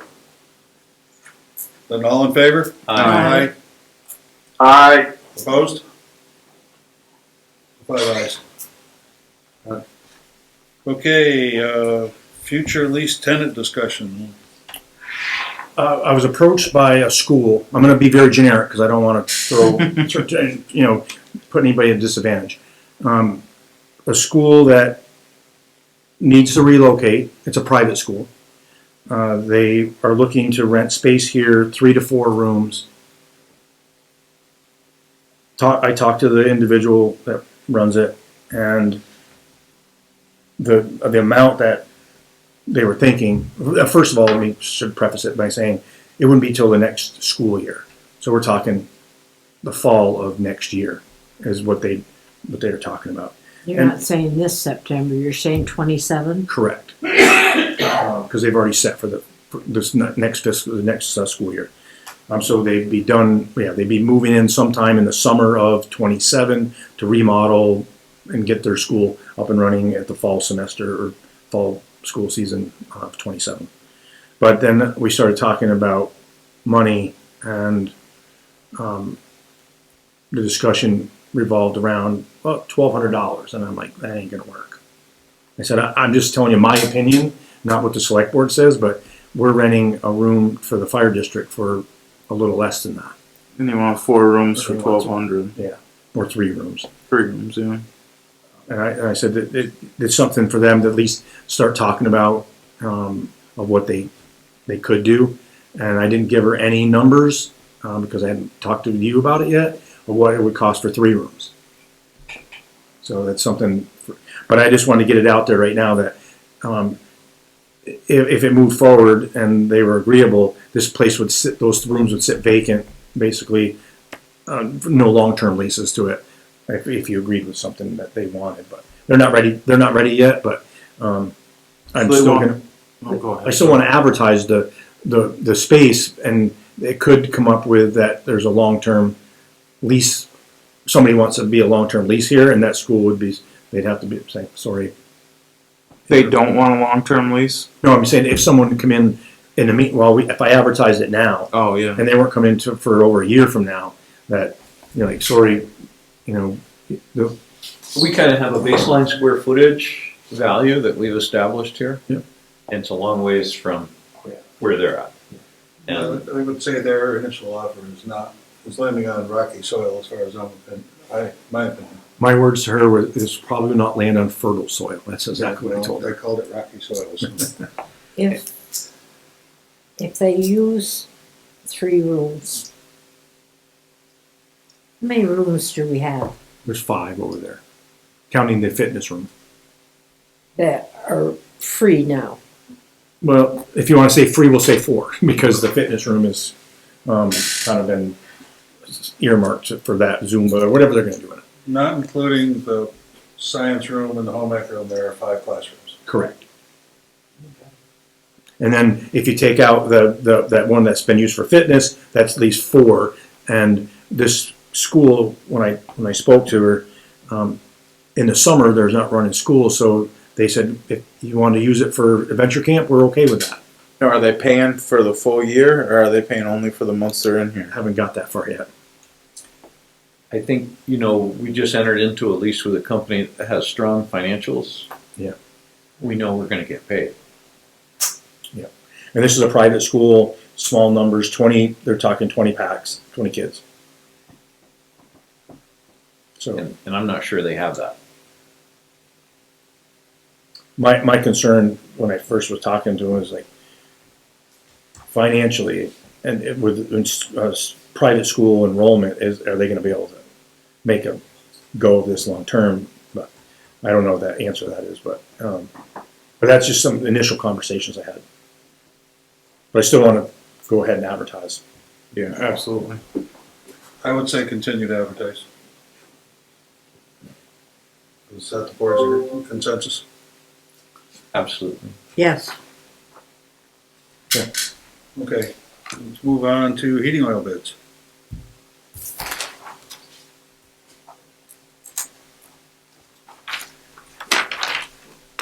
We got 2 bids? You got one from Sam's and one from local, or Champlain Valley. But we don't know which is the best. I was vocal about that because there's certain things on here that was different from the diesel bid when they start talking about global rack versus the Montreal rack, the taxes, and so I don't have a real. I guess don't have an opinion on this one, but I think maybe Mr. Spalding may have an opinion. Well, you've got 2 bids here, one for 3 1/4 for a fixed price and one for 315 for a fixed price. Is that for the whole year? Well, this one for Champlain Valley, it says the price per gallon is $2.99, and then it's 25 cents over global rack.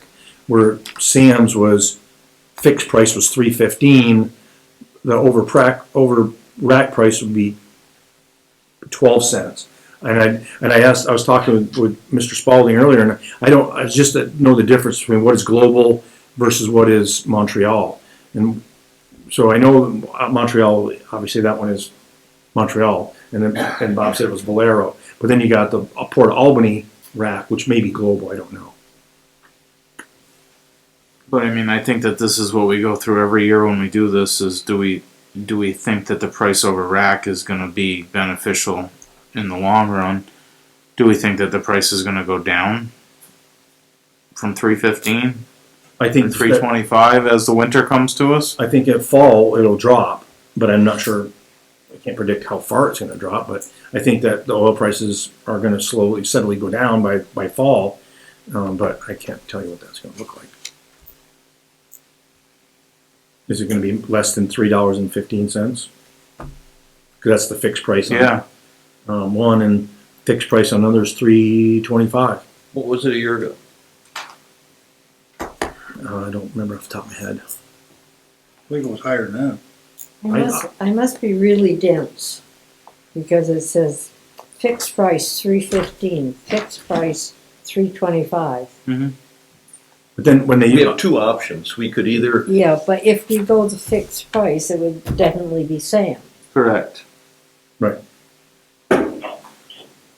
if you go, what we don't see is when the price over rack, We don't know. Sam's just said 12 cents, and then Champlain Valley said it's 25 cents over global. Example was 6.18, it was 2.99 a gallon. So it's gonna be 25 cents over the 2.99, but that's gonna change. Or, every. Yeah, do we wanna gamble on it going down, or do we wanna gamble on it going up or staying the same? There's a guy that might have a weigh-in on it there. You have an opinion, Bob? I do, but I don't think I should share it. I mean, I'm gonna agree with Mary Lee. It's pretty cut and dried if you go with the set price. It all depends how much of gamblers you guys are. Let's say it goes down 10 cents, and we buy 28,000 gallons. It's $2,800. 2,800. So that could be, just for an example. It could go up 10 cents. It could go the other way. 2,800. Yeah, so, but that's about, it's 2,800 gallons. That's in the ballpark of what we buy each year. 28,000 gallons. 28,000, correct. What did you 2,800. pay for fuel oil the last time you bought fuel oil? It was over $5. Yeah. The problem, guys, is you can't take 28,000 gallons right now. That's the problem. Yeah, so you don't know. So the That's rack what I price will mean. change. You may be able to take 6,000 gallons right now, then have to buy the other 22,000 gallons in the dead of winter when it's $4 a gallon. Yeah, I mean it is a demand thing. So probably like come midwinter, they're not going to be like, oh, the cost of fuel's down. We were charging you, $3.15 or $4 or whatever in the fall time. Now we're going to drop it down to $2.50 when everybody needs it. I don't see that happening. I don't either. It doesn't work that way. No. I don't think we're gonna see prices drop this year. I personally think that going with the set price is the way to go. I really do. And that way you know what you gotta pay and be done with it. I just so you, from my perspective, I agree with that. I'd rather have it known than all of a sudden something happens and we're way up and we're like, oh God. I don't think we should gamble with the taxpayers' dollars. No, global energy is really, really uncertain right now. The strategic oil reserves are depleted, so even if the price comes down substantially in the next month, I don't think that consumers going to see it for a long time. We're talking about a budget that's already been fixed. Do we have the money to pay $3.50 a gallon? Yeah, we budgeted for more than that. I don't have it in front of me, but I think we budgeted for like $4.50. All right, I would make a motion to approve that we purchase our fuel oil from Sam's Use Save Fuels at the price of $3.15 a gallon. Second. All in favor? All right. Aye. I'm gonna abstain, guys, obviously. Yep. Okay. So hold on, I gotta catch up, sorry. So Rob made the motion. I seconded. Mark seconded, and it was 4-0, Bob abstained. And if the fuel oil gets down to $1.25 a gallon, the town can be mad at me for it. Well, it can probably also, You got nothing to worry about, Rob. You got nothing to I'll worry let about. Jess turn the furnace up to 62 instead of 60. all right, let's talk about town green, Mike. What's up with that? I put that on there, and Jen said to me, "What's that on there for?" I said, "I absolutely have no idea, but I will share with you that the sign was put up. I went down on Friday and helped put up the sign on the gate that says Old Burial Ground, and they matched it, so there's an arc a little at the top of the gate. So this mounted in there, and I had Ray Ladd, Ken Flowers, and Tom Hughes. So he took some photos of it, but there's a new sign. There's a little sign on the gate now. It says Old Burial Ground. Nice. No, that's probably what it was, because I couldn't think of anything else. But the Lions Club did. I got a visit from Norm Williams. They were looking at buying 3 benches for down there. So the 2 that were next to the stone by the old meeting house thing, those are refurbished. Those are going back in. The one that was over by the town green where the auction is, that one was going to to Crystal Beach, and the Norm showed me the benches that the Lions Club was looking at buying, putting 3 of them, so they're over where the auction is. That's all I could think of that has anything to do with town green. Questions for the town manager on the town green? No? Okay. Stormwater catch basin. We talked about that already. I'm waiting for quotes on that. Street sidewalk update. We had a pre-construction meeting with Sanderson, Jared Sanderson, and his foreman. I'm waiting on the bond surety and their insurance, which I got an email today about on the bond stuff. I got to sign it, send it back to them. But they're looking at starting on the prepping the 9th and 10th and starting the project staging 9th and 10th. The university said they could stage in their parking lot. They just got to provide a copy of their insurance. And then they start the project on the 13th of July. So they should be done before School gets back. the school starts. Correct. Perfect. Transfer station. Compactor and scales update. Well, I put it on there not knowing, I didn't talk to you today, so I'm not really sure the status of the 2 things. They've been ordered, right? They've been ordered, scales are gonna be pushed out, it's probably gonna be mid-October before they get here, just supply, demand, and time, and not really wanting to change them right during our busiest season. So it looks like mid-October on the scales.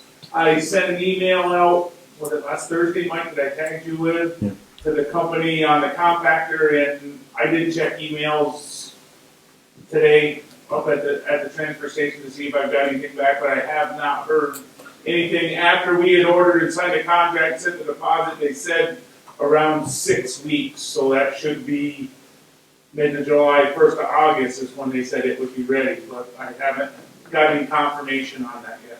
How long do you think it's gonna take them to actually do the work and try to change it over?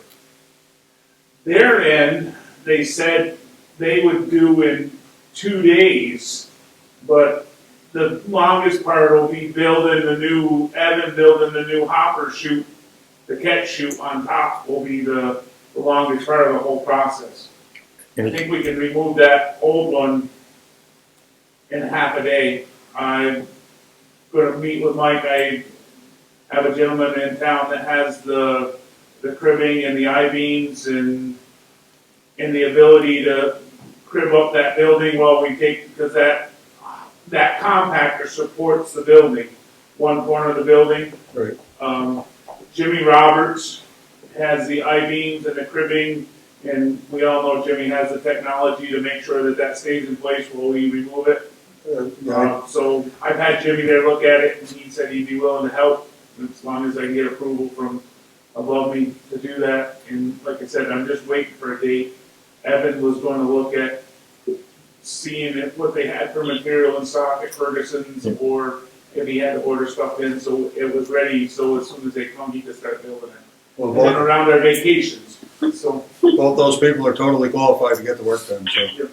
Yeah, so Evan came to me about that, and I told him get the steel on order or buy it, and there's a Connex up there, so you can store it in the Connex so it doesn't come amongst the missing, and because he said it's going to take him a little while to measure and weld that. So once if we have all the materials, and once it's there and in place, then he can do his measurements and build the new hopper. Are you hoping to wait until it slows down up there to do that as well? I would like to, but like I said, it's all depending on what I can get scheduled. This company, like I said, I'm going to try to, if I don't hear nothing by this week, I'll make a phone call and see, hey, when do you think you guys are going to be able to put this in? I would like to see it closer to after Labor Day if we could too, when our busy season starts to dwindle down. It's not till snow really flies, that it gets slow, but Labor Day is really, Memorial Day to Labor Day is when the summer people are here, and that's, our volume increases dramatically that time. Let's see, well, as long as the building stays upright, we'll be set. Well, if you leave that in Mr. Roberts' hands, that'll. No, I was just joking between now and then, but yeah, no, I totally agree with Heath that changing it in the middle of a busy season is probably not the best thing to do. Because you know it's going to take longer than you plan on. No doubt. And I think last time Heath talked to the guy, that they were still hashing out the electrical. Like maybe that guy could do the electrical because it's 3-phase, but I don't know where he ended up with that one. They used to say about a plan, it's a list of things that probably won't happen. It's probably. As Evan said, it could take the best part of 2 weeks to cut, weld, whatever, put that new hopper together. He has a week. Yeah, I told him he had less than 2 days, so 2 weeks, I'll tell you that, and then on day 2, I'm like, guess what? I'm not done yet. Yeah, so, We know Evan will do a good job. yeah, no, it'll be done right when he's done. So Yeah. That's the main thing, that we wanted to last like that one's been 30 years there. Yeah. Let's move on to stormwater catch basin. We already talked about that.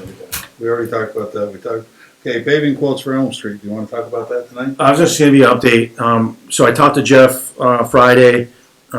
He was waiting for Peckham, the people that are doing the paving, to give him a quote. He gave him a first quote, but it didn't include everything because he got one from Wilkes. And when you compared Peckham to Wilkes, Wilkes was all-encompassing, or all-inclusive, and Peckham wasn't. So he was reaching out to Peckham to say, we need an update. And as of today, he didn't have it. But that I thought that Peckham's doing the job here. So, turning right or left to do a street and not have to mobilize would Save to money. our benefit. I'm not sure if that's the case. It doesn't look that way. So I did see one from Wilkes, which I don't want to say out loud because I'm at a disadvantage. But it seems reasonable. I looked at the price for the liquid asphalt or the asphalt, and it seems reasonable as far as what compared to other years. It doesn't seem like it's way crazier. It's crazy anyway, but it doesn't seem like somebody's on peyote or whatever they call it. Somebody's on the hookah pipe. But Material costs are higher. so They've done good work for us too. So once I have the stuff from Peckham, then I can come back to the board with it.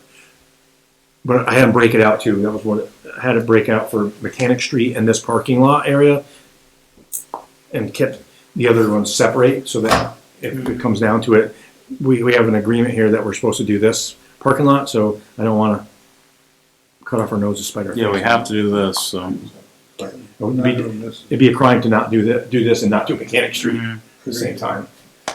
So, but that was it. Manager's report. Big thing I wanted to discuss, I handed out those MERP assessments. And this is just preliminary. I spoke with a gentleman today from the Building and General Services from the state, because there's an email that came out through the Regional Planning Commission that MERP, the Municipal Energy Resilience Program, was still alive and well. Well, it's not really accurate on its face.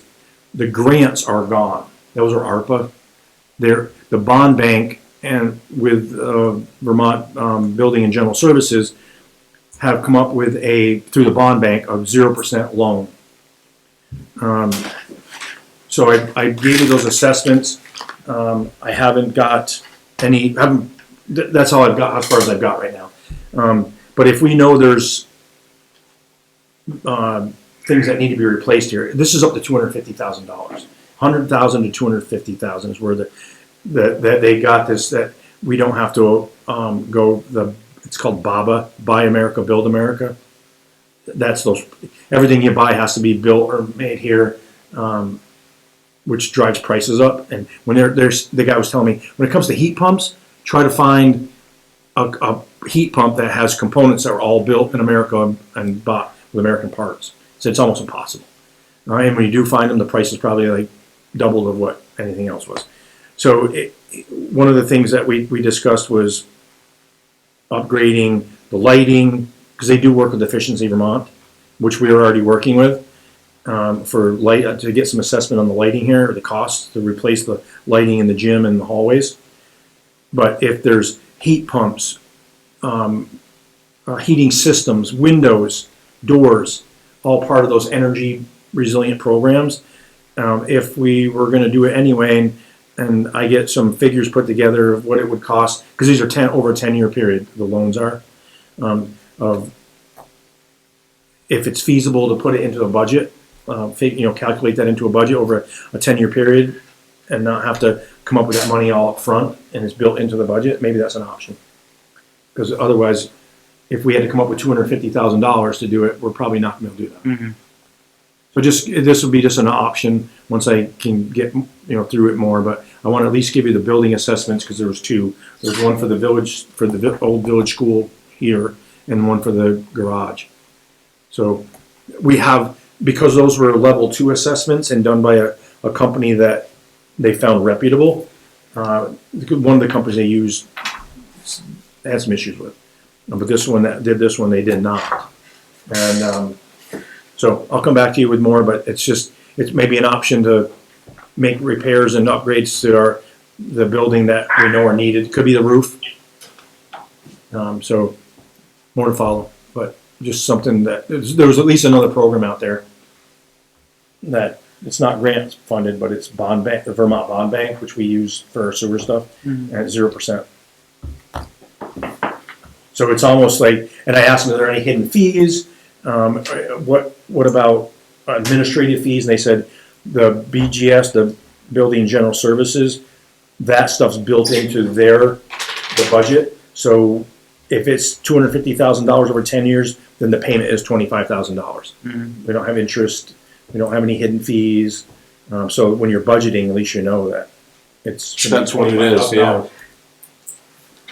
If you go full 250,000. So, but just wanted to give you that little bit of update. Other than that, we're at the end of the fiscal year. Audit starting. Joe's already into providing the auditors information. That's really. So, I mean, I kept you kind of apprised of a lot of the stuff that's going on just by emails, but that's all I have. Questions for the town manager? I'm fine. I'm good. And we're gonna move on to, Yeah, Bob. No, I'm good. I'm good.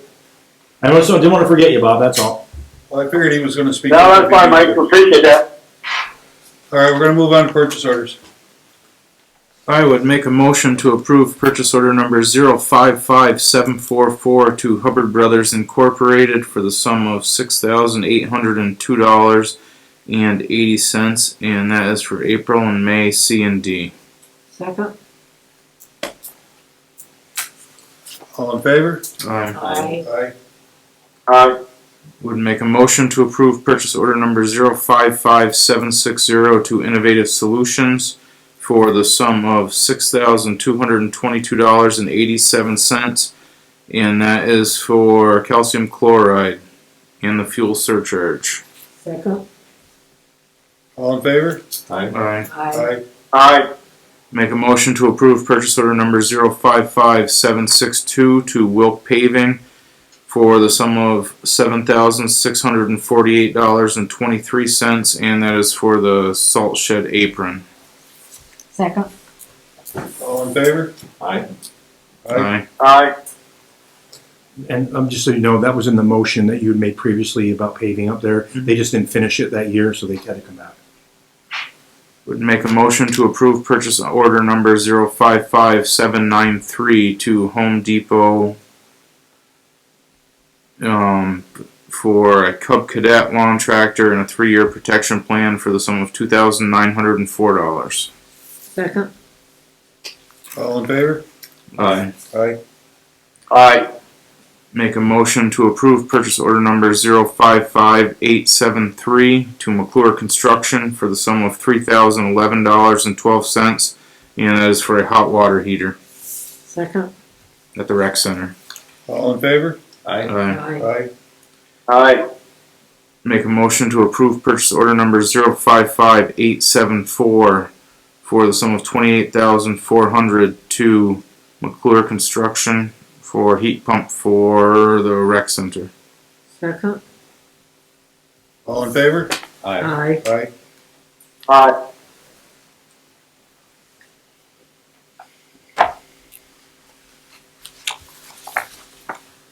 Move on to warrants.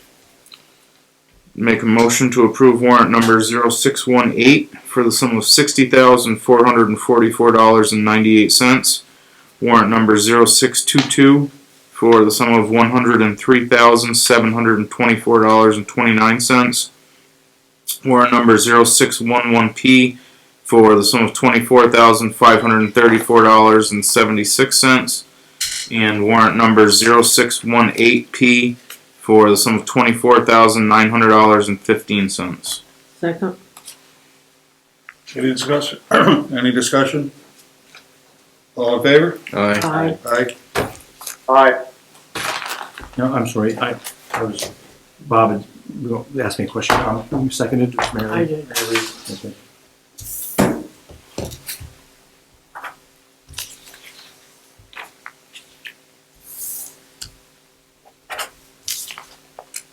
I was just thinking, I made the motions for the warrants and the purchase orders for like 10 or 12 years. So you're just getting started.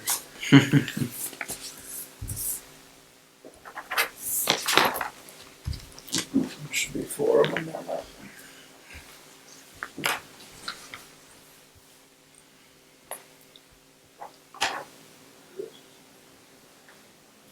You want me to sign for you? No, my right hand side. Oh, okay. You're I gonna can get make gotta, an all the way- extra I with the gotta right hand? say, for a Huh? You're gonna have to left-hander, count all the you're way a very Yeah. good writer. Oh, Okay, thank you only you. need one hand. I thought I was the only one that could read it. No.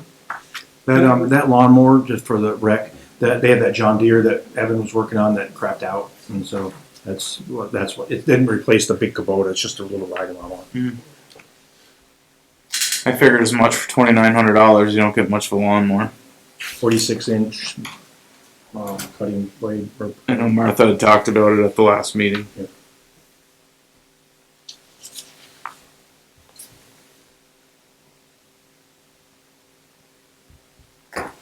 Yeah, we looked at prices at Tractor Supply and Amazon and everything else, and that was the cheapest with a 3-year warranty. Extended warranty. 1, 2, 3. Cool. You got them all. All right, select board comments. Mary Lee. Okay.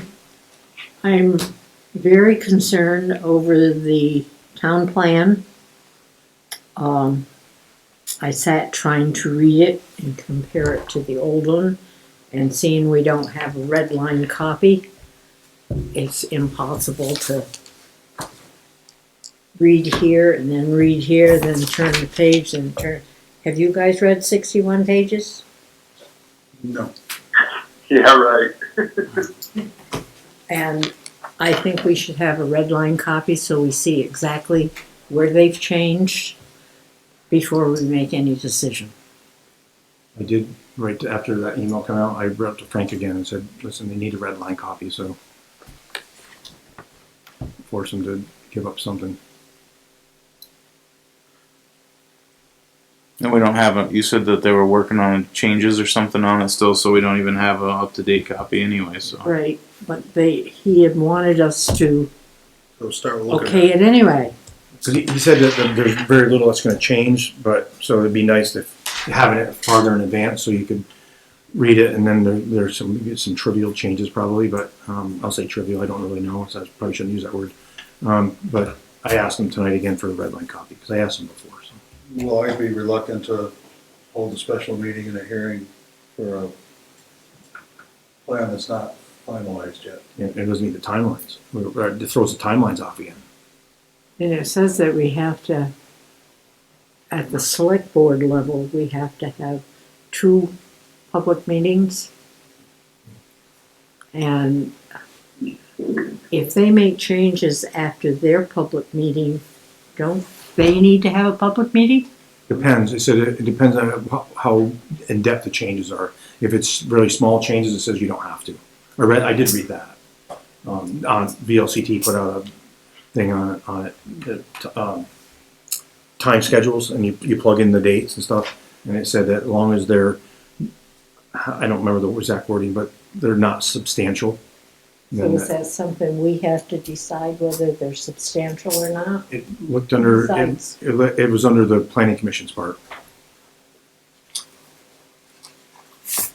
Their decision, whether they thought they were substantial or not. Separation of powers, I guess. In any case, I would be reluctant to start the process at the select board level without a final version. Would make no sense. And the other thing, two other things. Are we going to go to the Rutland Regional meeting that, it is July 15th? Where they're giving out their plan, the final plan? Is this something we should go to? Is this something we opted in, opted out?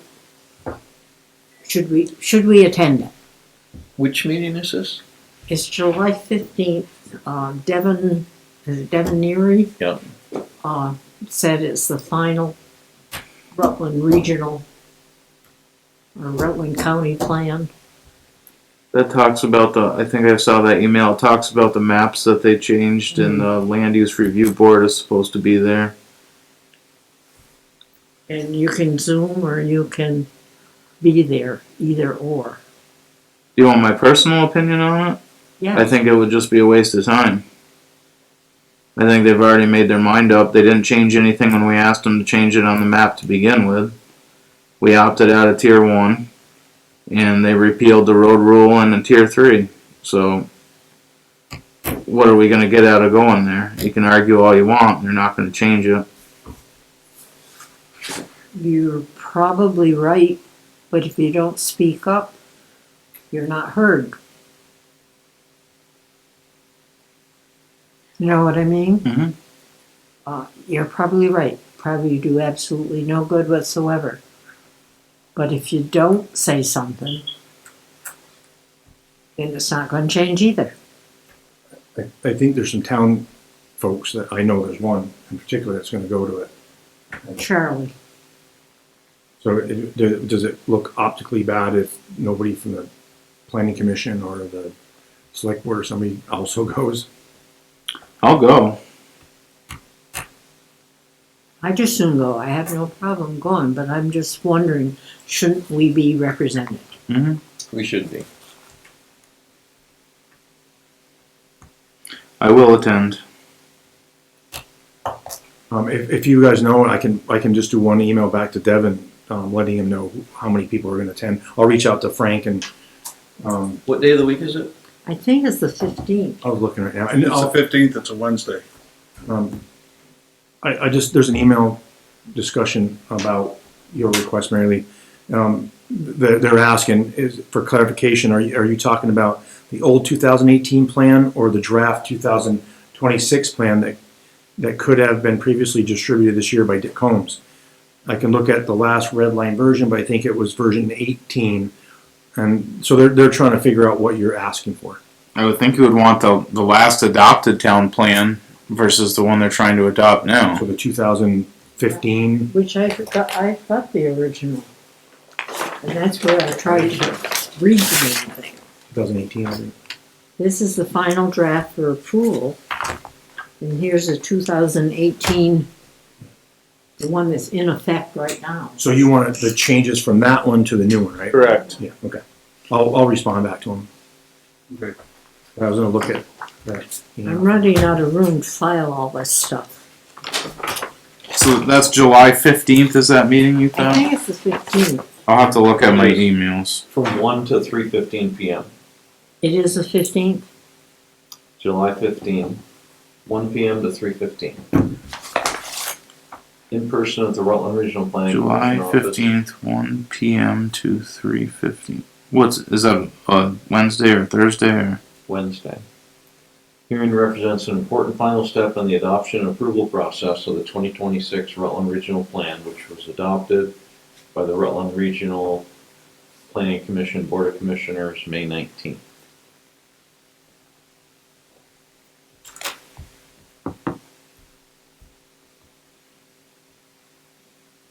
There's also a zoom in option. Yes. Yep, I'm gonna do it by Zoom. So quite often when I do those, I do them by Zoom, particularly when they're in the workday, middle of the workday, because I can put the laptop on put a set of headphones on and still continue to do things while I'm listening to the meeting. Music is nicer. Yeah, but attending a planning commission meeting or a DRB or one of these by Zoom with because I have the Bluetooth headphones I can put on while I'm working, and I can still get something done and try to sort the wheat from the chaff during the, Do you have to warn that because there's going to be 3 of us there? No, If you're not having a, as long as we don't do any select board business. Okay. so Mary Lee, are you going in person? I'll go in person. I don't like Zoom. VLCT is quite clear, their guidelines on that, as far as like if 3 of us go to a DRB meeting, we can do that as long as we stick to the DRB's agenda, as long as we don't do anything ourselves. We can't make any decisions or take any action on behalf of the select board. But we can speak to the DRB or the Rutland Radio, but I remember going through that and making, and VLCT's guidelines are very clear on what we can and cannot do. And Who's virtual, Mark? Yes. I'll probably zoom in. also on the Rutland Regional Planning, I know they're a good resource, but it seems to me that we take everything they say as law. This is the way it should be. When I sat down with Frank and Jim Thomas on the UDR, I says, why are we doing this instead of just changing the zoning? And my answer was because that's what Rutland Regional wants us to do. Actually, the changing it from a zoning law to a UDR was because the UDR encompasses a lot more than just zoning. So they had to. So the title didn't come from Rutland Regional; that came from the state. That's So- what Frank and then had told me. Well, they may have said that, but it actually Rutland Regional got that from the state. Because when I talked it just seems like they're regulating everything of ours. the last time we had a conversation along those lines, and I talked to Frank about that, and he said, well, basically the same thing you did, and I said, well, where did they get it from? He said, well, and that's when he told me where it really came from. I think it's important to mention that Rutland Regional Planning Commission has no regulatory authority. 0. I know that. So they're a good resource, and I think that they're a good resource for us to have, but we have to, and I think a perfect example of this was Rob making a motion that we rejected the Tier 1B. Tier 1B and all of it, that wasn't working for our town. Wasn't what their recommendation was, but I think they provided us with information and we used it to make our own decision. You're right. I think they are a good resource, but they should be considered just a resource and not be overpowering. Maybe I'm not saying it right. I think that you are. I think it's easy to, Just to go along with them rather than question them. yeah, I think that when any person or group of people present themselves in a professional way, it's easy to say they must be the authority and that's what we should do. And this is absolutely not the case. They have no regulatory authority. I think there's some really smart people working there and I think they're doing some good work, but it doesn't always fit us. Mm-hmm. Well, I guess I've done all my complaining for the night. You could get a couple You bang me up in an accident and I get ugly. You might have a couple more. Mark, do you have anything? Select board comments, concerns? I would like to circle back to Buddy Taggart. Mary Lee brought this up last week. You know, I think he's had an extraordinary life. He certainly, you know, everybody knows that he was a World War II vet. He was, I believe he was on the liberating forces from the Death March of Bhutan. And he came back to Castleton and built a business and has been an important part of the community. He's turning 100 years old on July 4th, which is pretty remarkable. And I would like to see us do something like the select board declare July 4th, 2026 Buddy Taggart Day, appoint him the honorary mayor of Castleton, and have the town manager present him with the key to the city, the key to the town. What was the venue you want that? Pardon me? What is the venue you're looking at that, with the board pleasure on that one? On Independence Day? Because that's gonna be hard to pull together. I think what would be most appropriate would be to do it in the middle of the parade. Are you planning on being at the parade? Mm-hmm. You know, if we could stop the parade right in front of the memorial, in front of the library, and I know we don't have a PA system. Last time I did it, we put the trailer up there at the garage, and we skirted it, and I got the PA from Phil Lamey's band that was playing at the. They let me put their speaker up there, and I had the speaker up on there, and I announced the people that were coming through the parade. I think Woodard's has a PA system because. We have one right there. Oh, okay. I mean, if we could have something like that, I think it would be a really nice gesture. I know it's symbolic, but. He quit school and joined at age 17, and he got his diploma 3, 4, 5 years ago. Yeah. Not very long ago. His family was actually living in a tent on Birdseye, logging. And he enlisted at 17. You can read that's up there. Brad actually, while we're in the meeting, looked up some of the stuff on what the board can do. I can't read that. Can you read that to us, Mike? Yeah, it says, There's too much glare on the screen.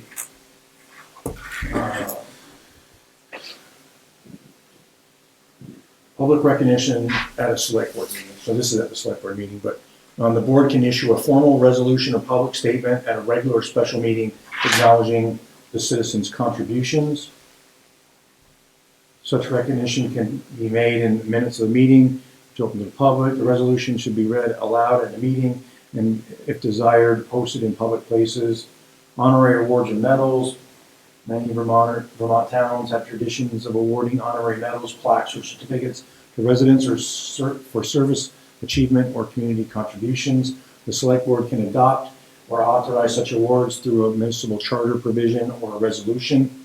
Awards can be presented at a public ceremony or during a town meeting. The design criteria for the award are typically set by the select board or committee it appoints. So just saying that it can be done by resolution and in a public forum, that doing it at the parade sounds, but we'd have to pull something together for that meeting on the 29th for the board to adopt the resolution. We can't do it unless that's warned. Well, no, I mean, not at the meeting you can say, yes, we approve this resolution. Okay. Yeah, next Monday, so we just knock it out real quick. Yep. So you got a week to write the resolution. So you typically in a resolution, it'll say, whereas, and there's bullet comments about Buddy's, it'd be about Buddy this time, his contributions and, what he did, lifetime member of the town, blah, blah. We can sit down and, Pretty much everything you just said. yeah. And then we can call a mayor for a day. Sounds like it's totally within our. This is within your authority, so there's no mayor in Castleton. So. Right. We're just honorary Yeah. mayor, and give him the key to the town. Key to the rec center? Yeah. And ask, can you come down there and do some work? So do you want me to write something up? Yeah, if you don't mind, I mean, I Yep. can send you a resolution, Sure. example. You want me to make a key? That'd be great if you could. I That can would make be a key. Spray paint gold or Yeah, I something. can make a key. Yeah, that would be Yeah, cool. something that was 10 or 12 inches. Yeah. I'll I'll make get a my key. wife to do a nice bow on it or something. Yeah, I'll make a key. So all of us as selectmen should be there when it stops there? Whoever can make it, because we do it, we put the trailer in front of the library, we can have the PDs, they stop the parade right there, and the PA system will be able to project it as far as we can with whatever the volume of that PA is, but then read the resolution, and then present them the key to the town. Do you think that would be a nice thing? I think it'd be wonderful. Okay. I think he'd appreciate that. He keeps getting, people send him pictures that they've taken of him in Washington for his signature. Oh, wow. And he's saying, now I wish they'd leave me alone now. On national television, so. Okay, so, Hug every Monday afternoon. I do. so Dick makes the key, mark the resolution, I'll get the stuff set up for the pass and review stand. Yep. Okay. Okay, we got a plan. Anything else, Mark? I'm all good. Rob? What did we? I do have one thing. Okay. I would just like to give a honorable mention to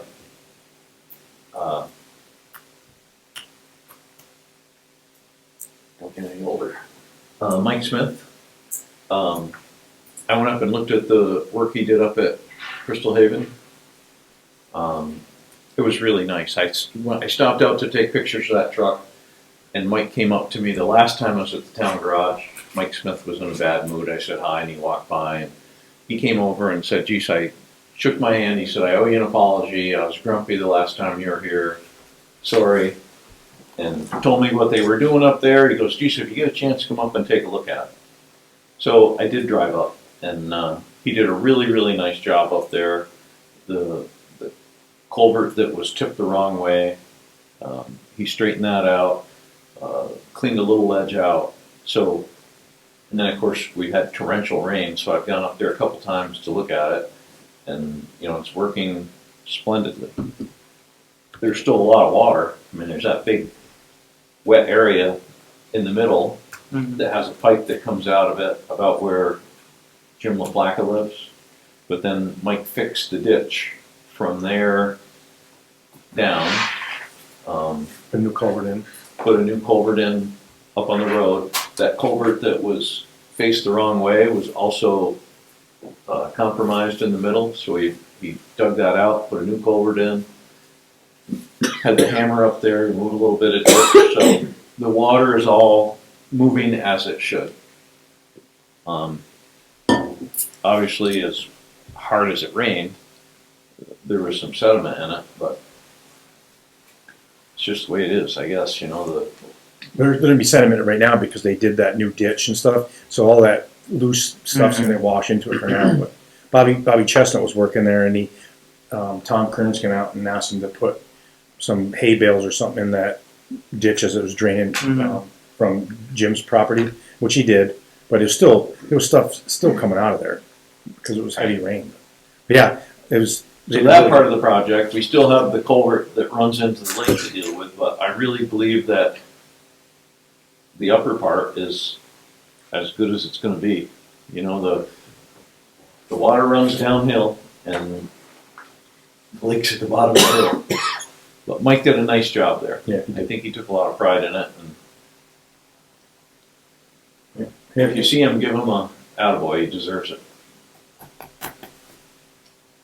And Brittany was there as his helper. Yep, she was there too. I got to meet her. She was on the shovel.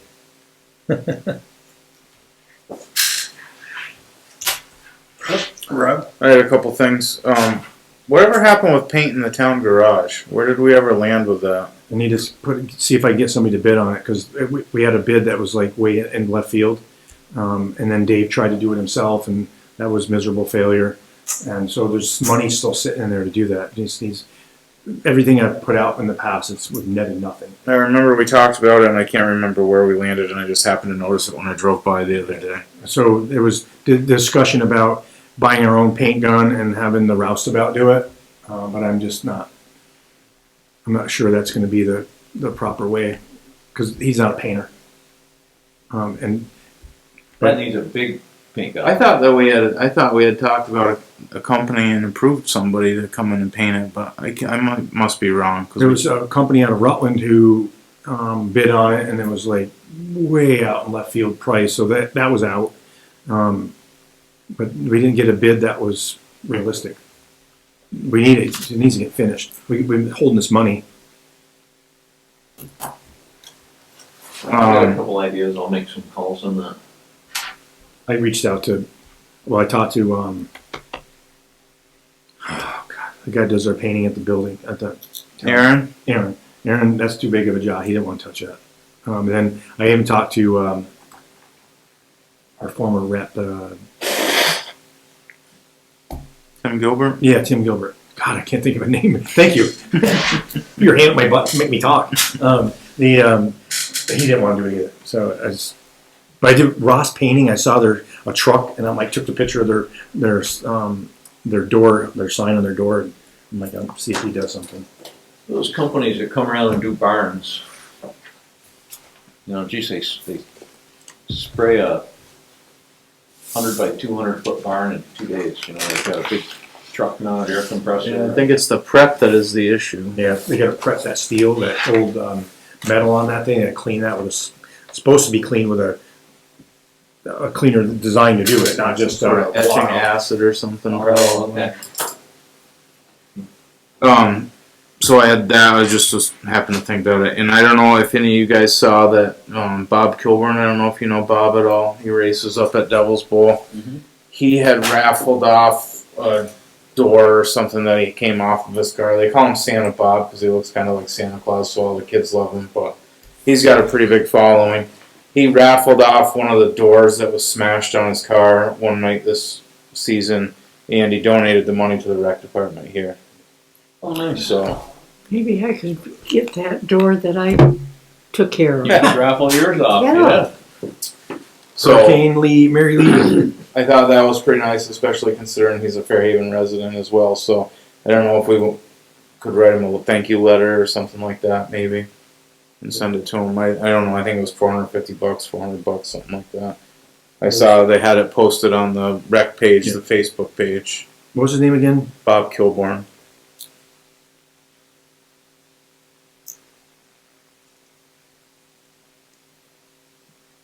I could probably work on drafting that if you didn't want to, Mike. You could do it. I'd rather work on painting the garage, getting the garage thing done. Something like that. Did you ever ask Bud Carpenter for a price to put new tin on the building? We did. I did, yeah. And it was ridiculous. It was, yeah. Well, that's right, I remember that, that was Yeah. Like $50,000. sticker shock. Yeah. How much? Like 50,000 maybe, or maybe more. I don't quote me to that, but it was. It was more than we had to spend. Yeah, it was more than painting. I think the bid for the painting was like 29,000 or something like that, if I remember correctly. Rob, you got anything? Are you done, Rob? That's it under here. Got You're up, Bob. No, I'm good, guys. I think during the week I'm not smart enough to write them down, or I can't write them down. Then I forget. Time it comes to 10 o'clock on a Monday night. So. I totally understand that. There's a question from Brad. Yeah. During select board comments? I know his hand's up. I don't know.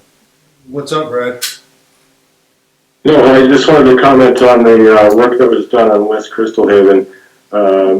Mark's right, he did a very good job with putting in the new culvert that had collapsed in front of La Placa's and turning the corner and connecting it with a stone ditch to the kind of the swale that goes around Moore's property, which is that grassland in the middle, and then carrying that down towards the under East Crystal Haven and the pipe that heads over towards Kearns.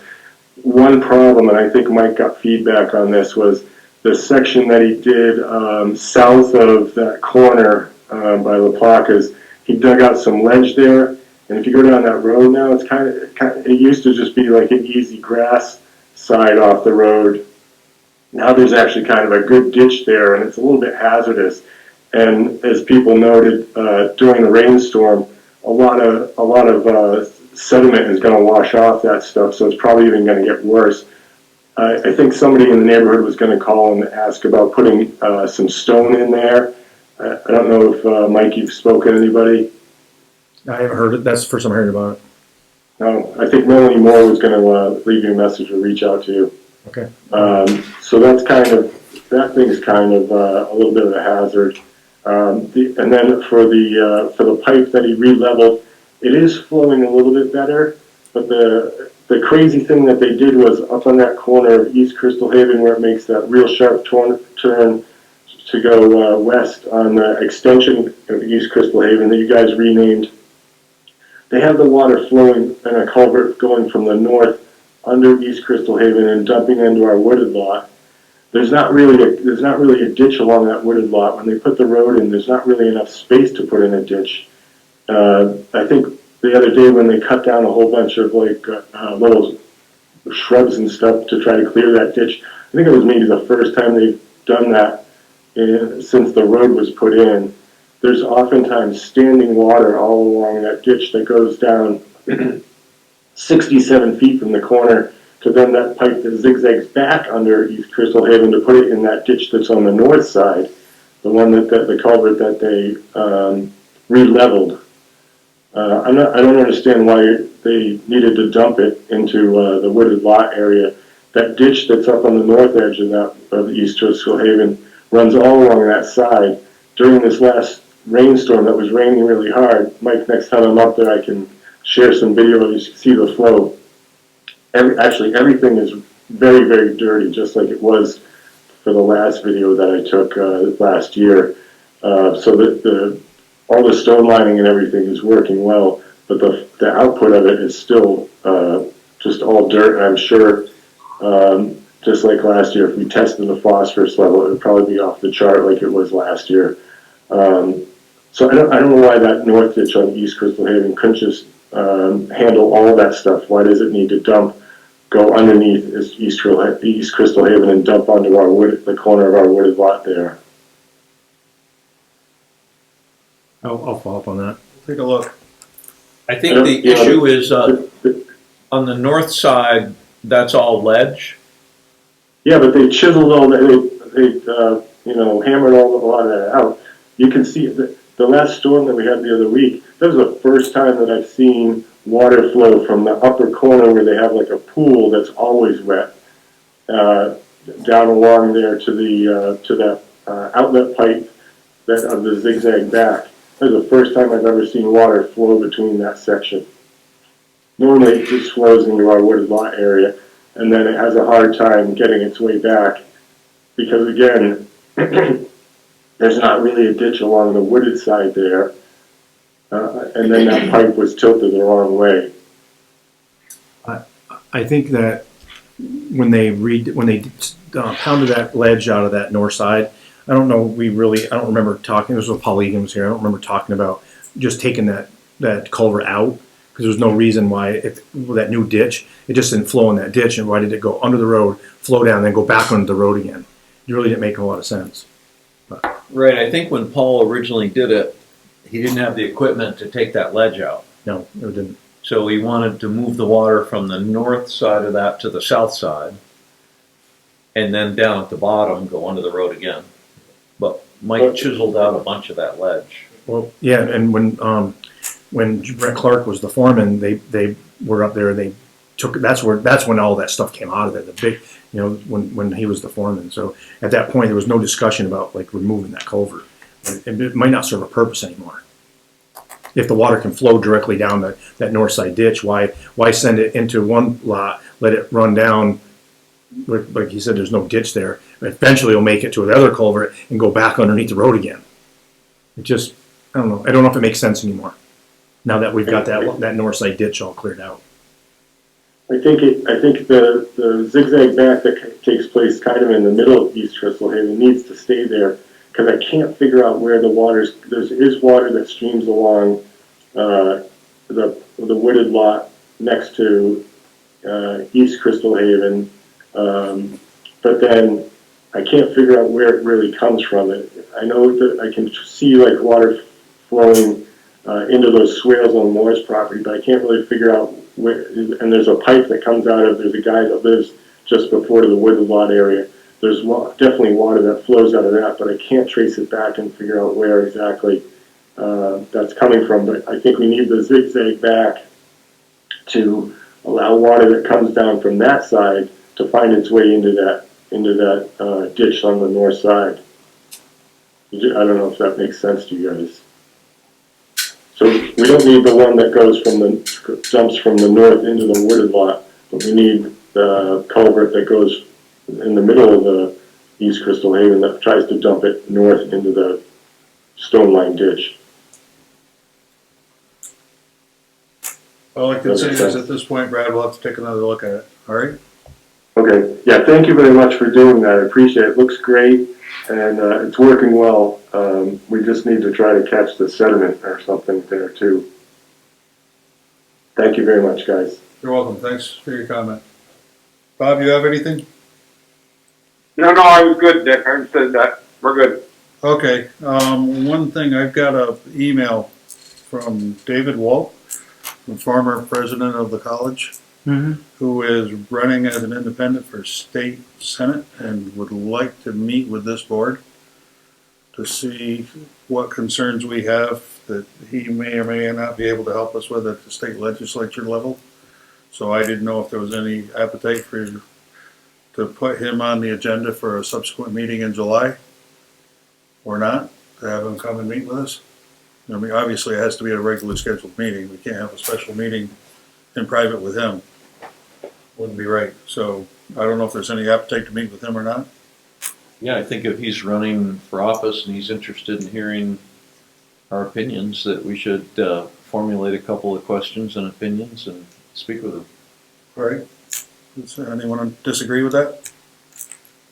That would be a public invited meeting, It would be at a regular, we'd just put him on the agenda for a regular select board meeting.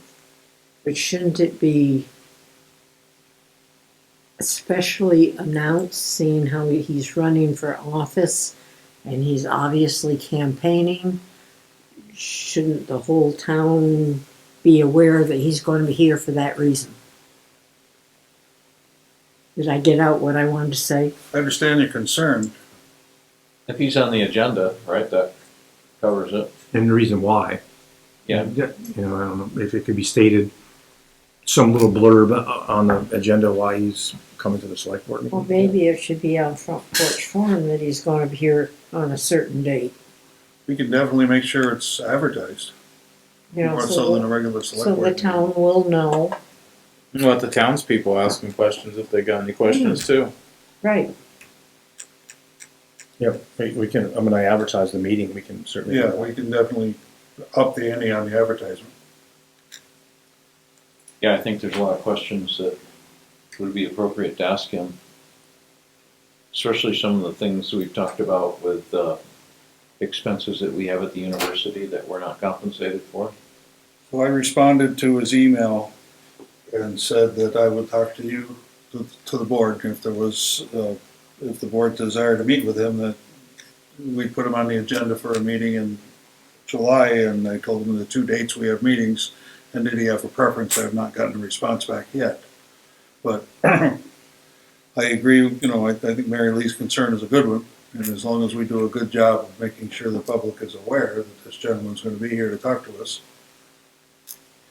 Yeah, I think if we all, you know, especially if we had a couple weeks, each one of us would have an opportunity to think about questions or concerns that would be appropriate to address with them. All right, so I'll wait to see what I get for a response back from him, and then I'll let Jenny know, and that she can fill you guys in. Yeah. Sounds good. Make sense? All right. Makes sense. Okay, then that's what we'll do. I got one thing, Dick. Can we find out who's running against him or who his competition is? I mean, they should be notified too, I believe. We shouldn't just bring in one candidate if there's 4 or 5 of them running for that same seat. That's my feelings on that. State Senate. But we didn't bring in a candidate, he asked to come see us.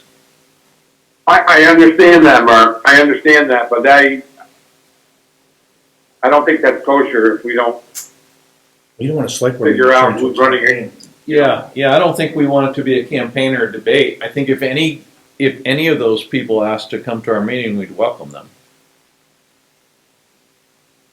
Yeah, you're missing the whole point of what I'm getting at, though.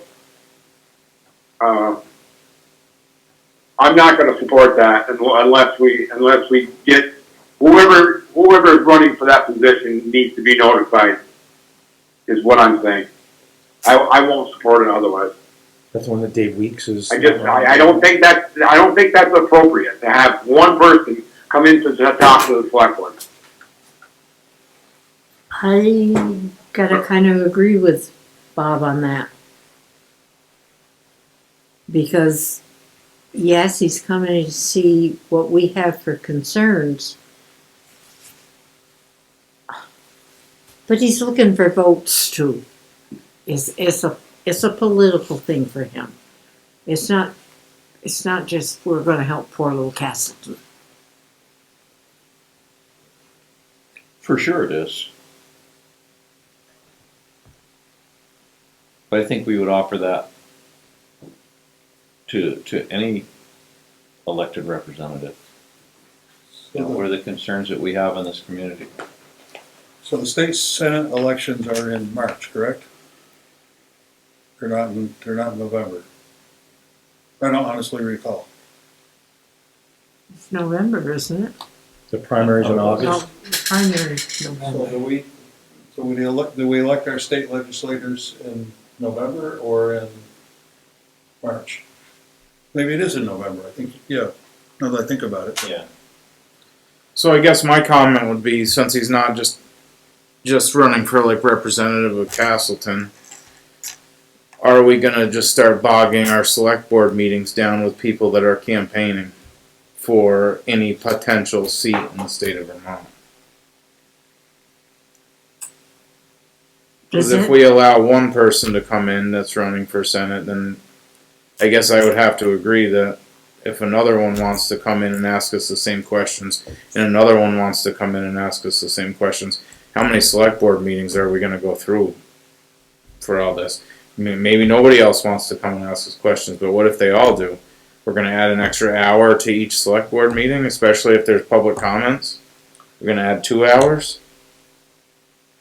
We can limit the time to 5 or 10 minutes, I mean, and that's totally reasonable, and I have no problem enforcing that. Limit the time of what? The entire public comment to 5 or 10 minutes? If you got 50 people here that want to ask him a question and you give them 2 minutes apiece. That's not what a select board meeting is for. But that's what it's going to turn into. Not if we don't allow it. If you don't allow it, then I don't think that's going to be right to have him here and just answer our questions and nobody from the audience. So I'm a hard no on that. The primaries are August 11th and the general elections November 3rd. Do you know how many people are running for that seat? I do not. That's the direction I was heading in, was, do we know how many potential candidates for state senator from Rutland there are? I believe 4. There's 4 seats. Not necessarily how many candidates. No, there's 3 seats, isn't there? There's Terry Williams, Brian Collmore, and David Weeks.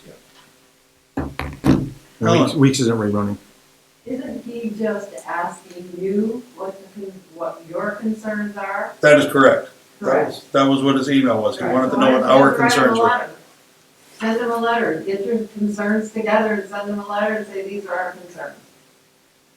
I like that. We can do that. If we're going to do something specifically to someone, and it's our own concerns as town representatives, then a letter's just as good as having them come. But I'm afraid we're getting just a little too political. Yeah, I really don't want to turn our Rob's point about us turning a select board meeting into a campaign venue is I mean, something I would want to entertain. any resident of Castleton or whatever can write to all or any of them and say, these are my concerns of what we should head this way. It doesn't have to be, Rob might think one thing and I might think just the opposite. So it's not really a board, are we gonna go A and A?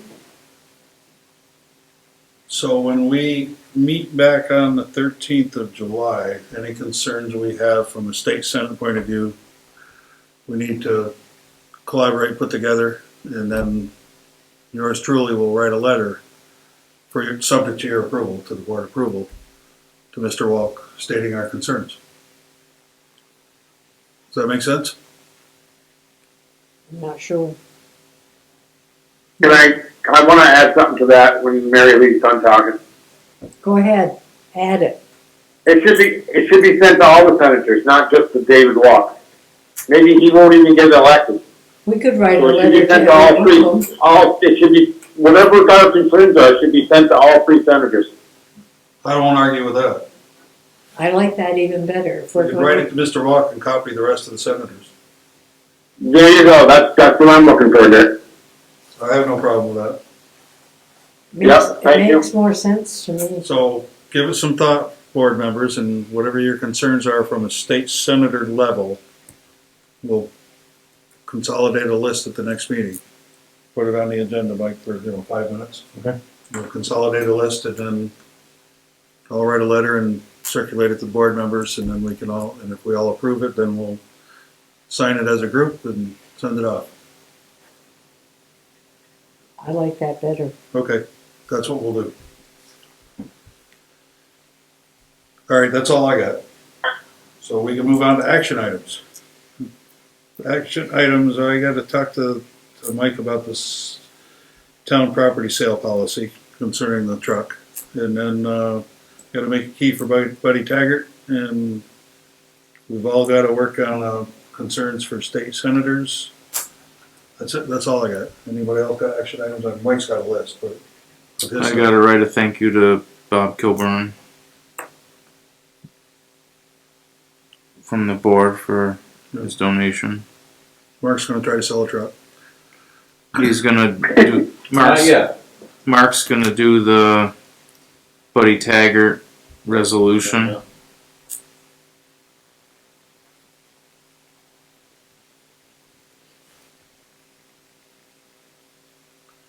Okay, anything else, or we're gonna move on?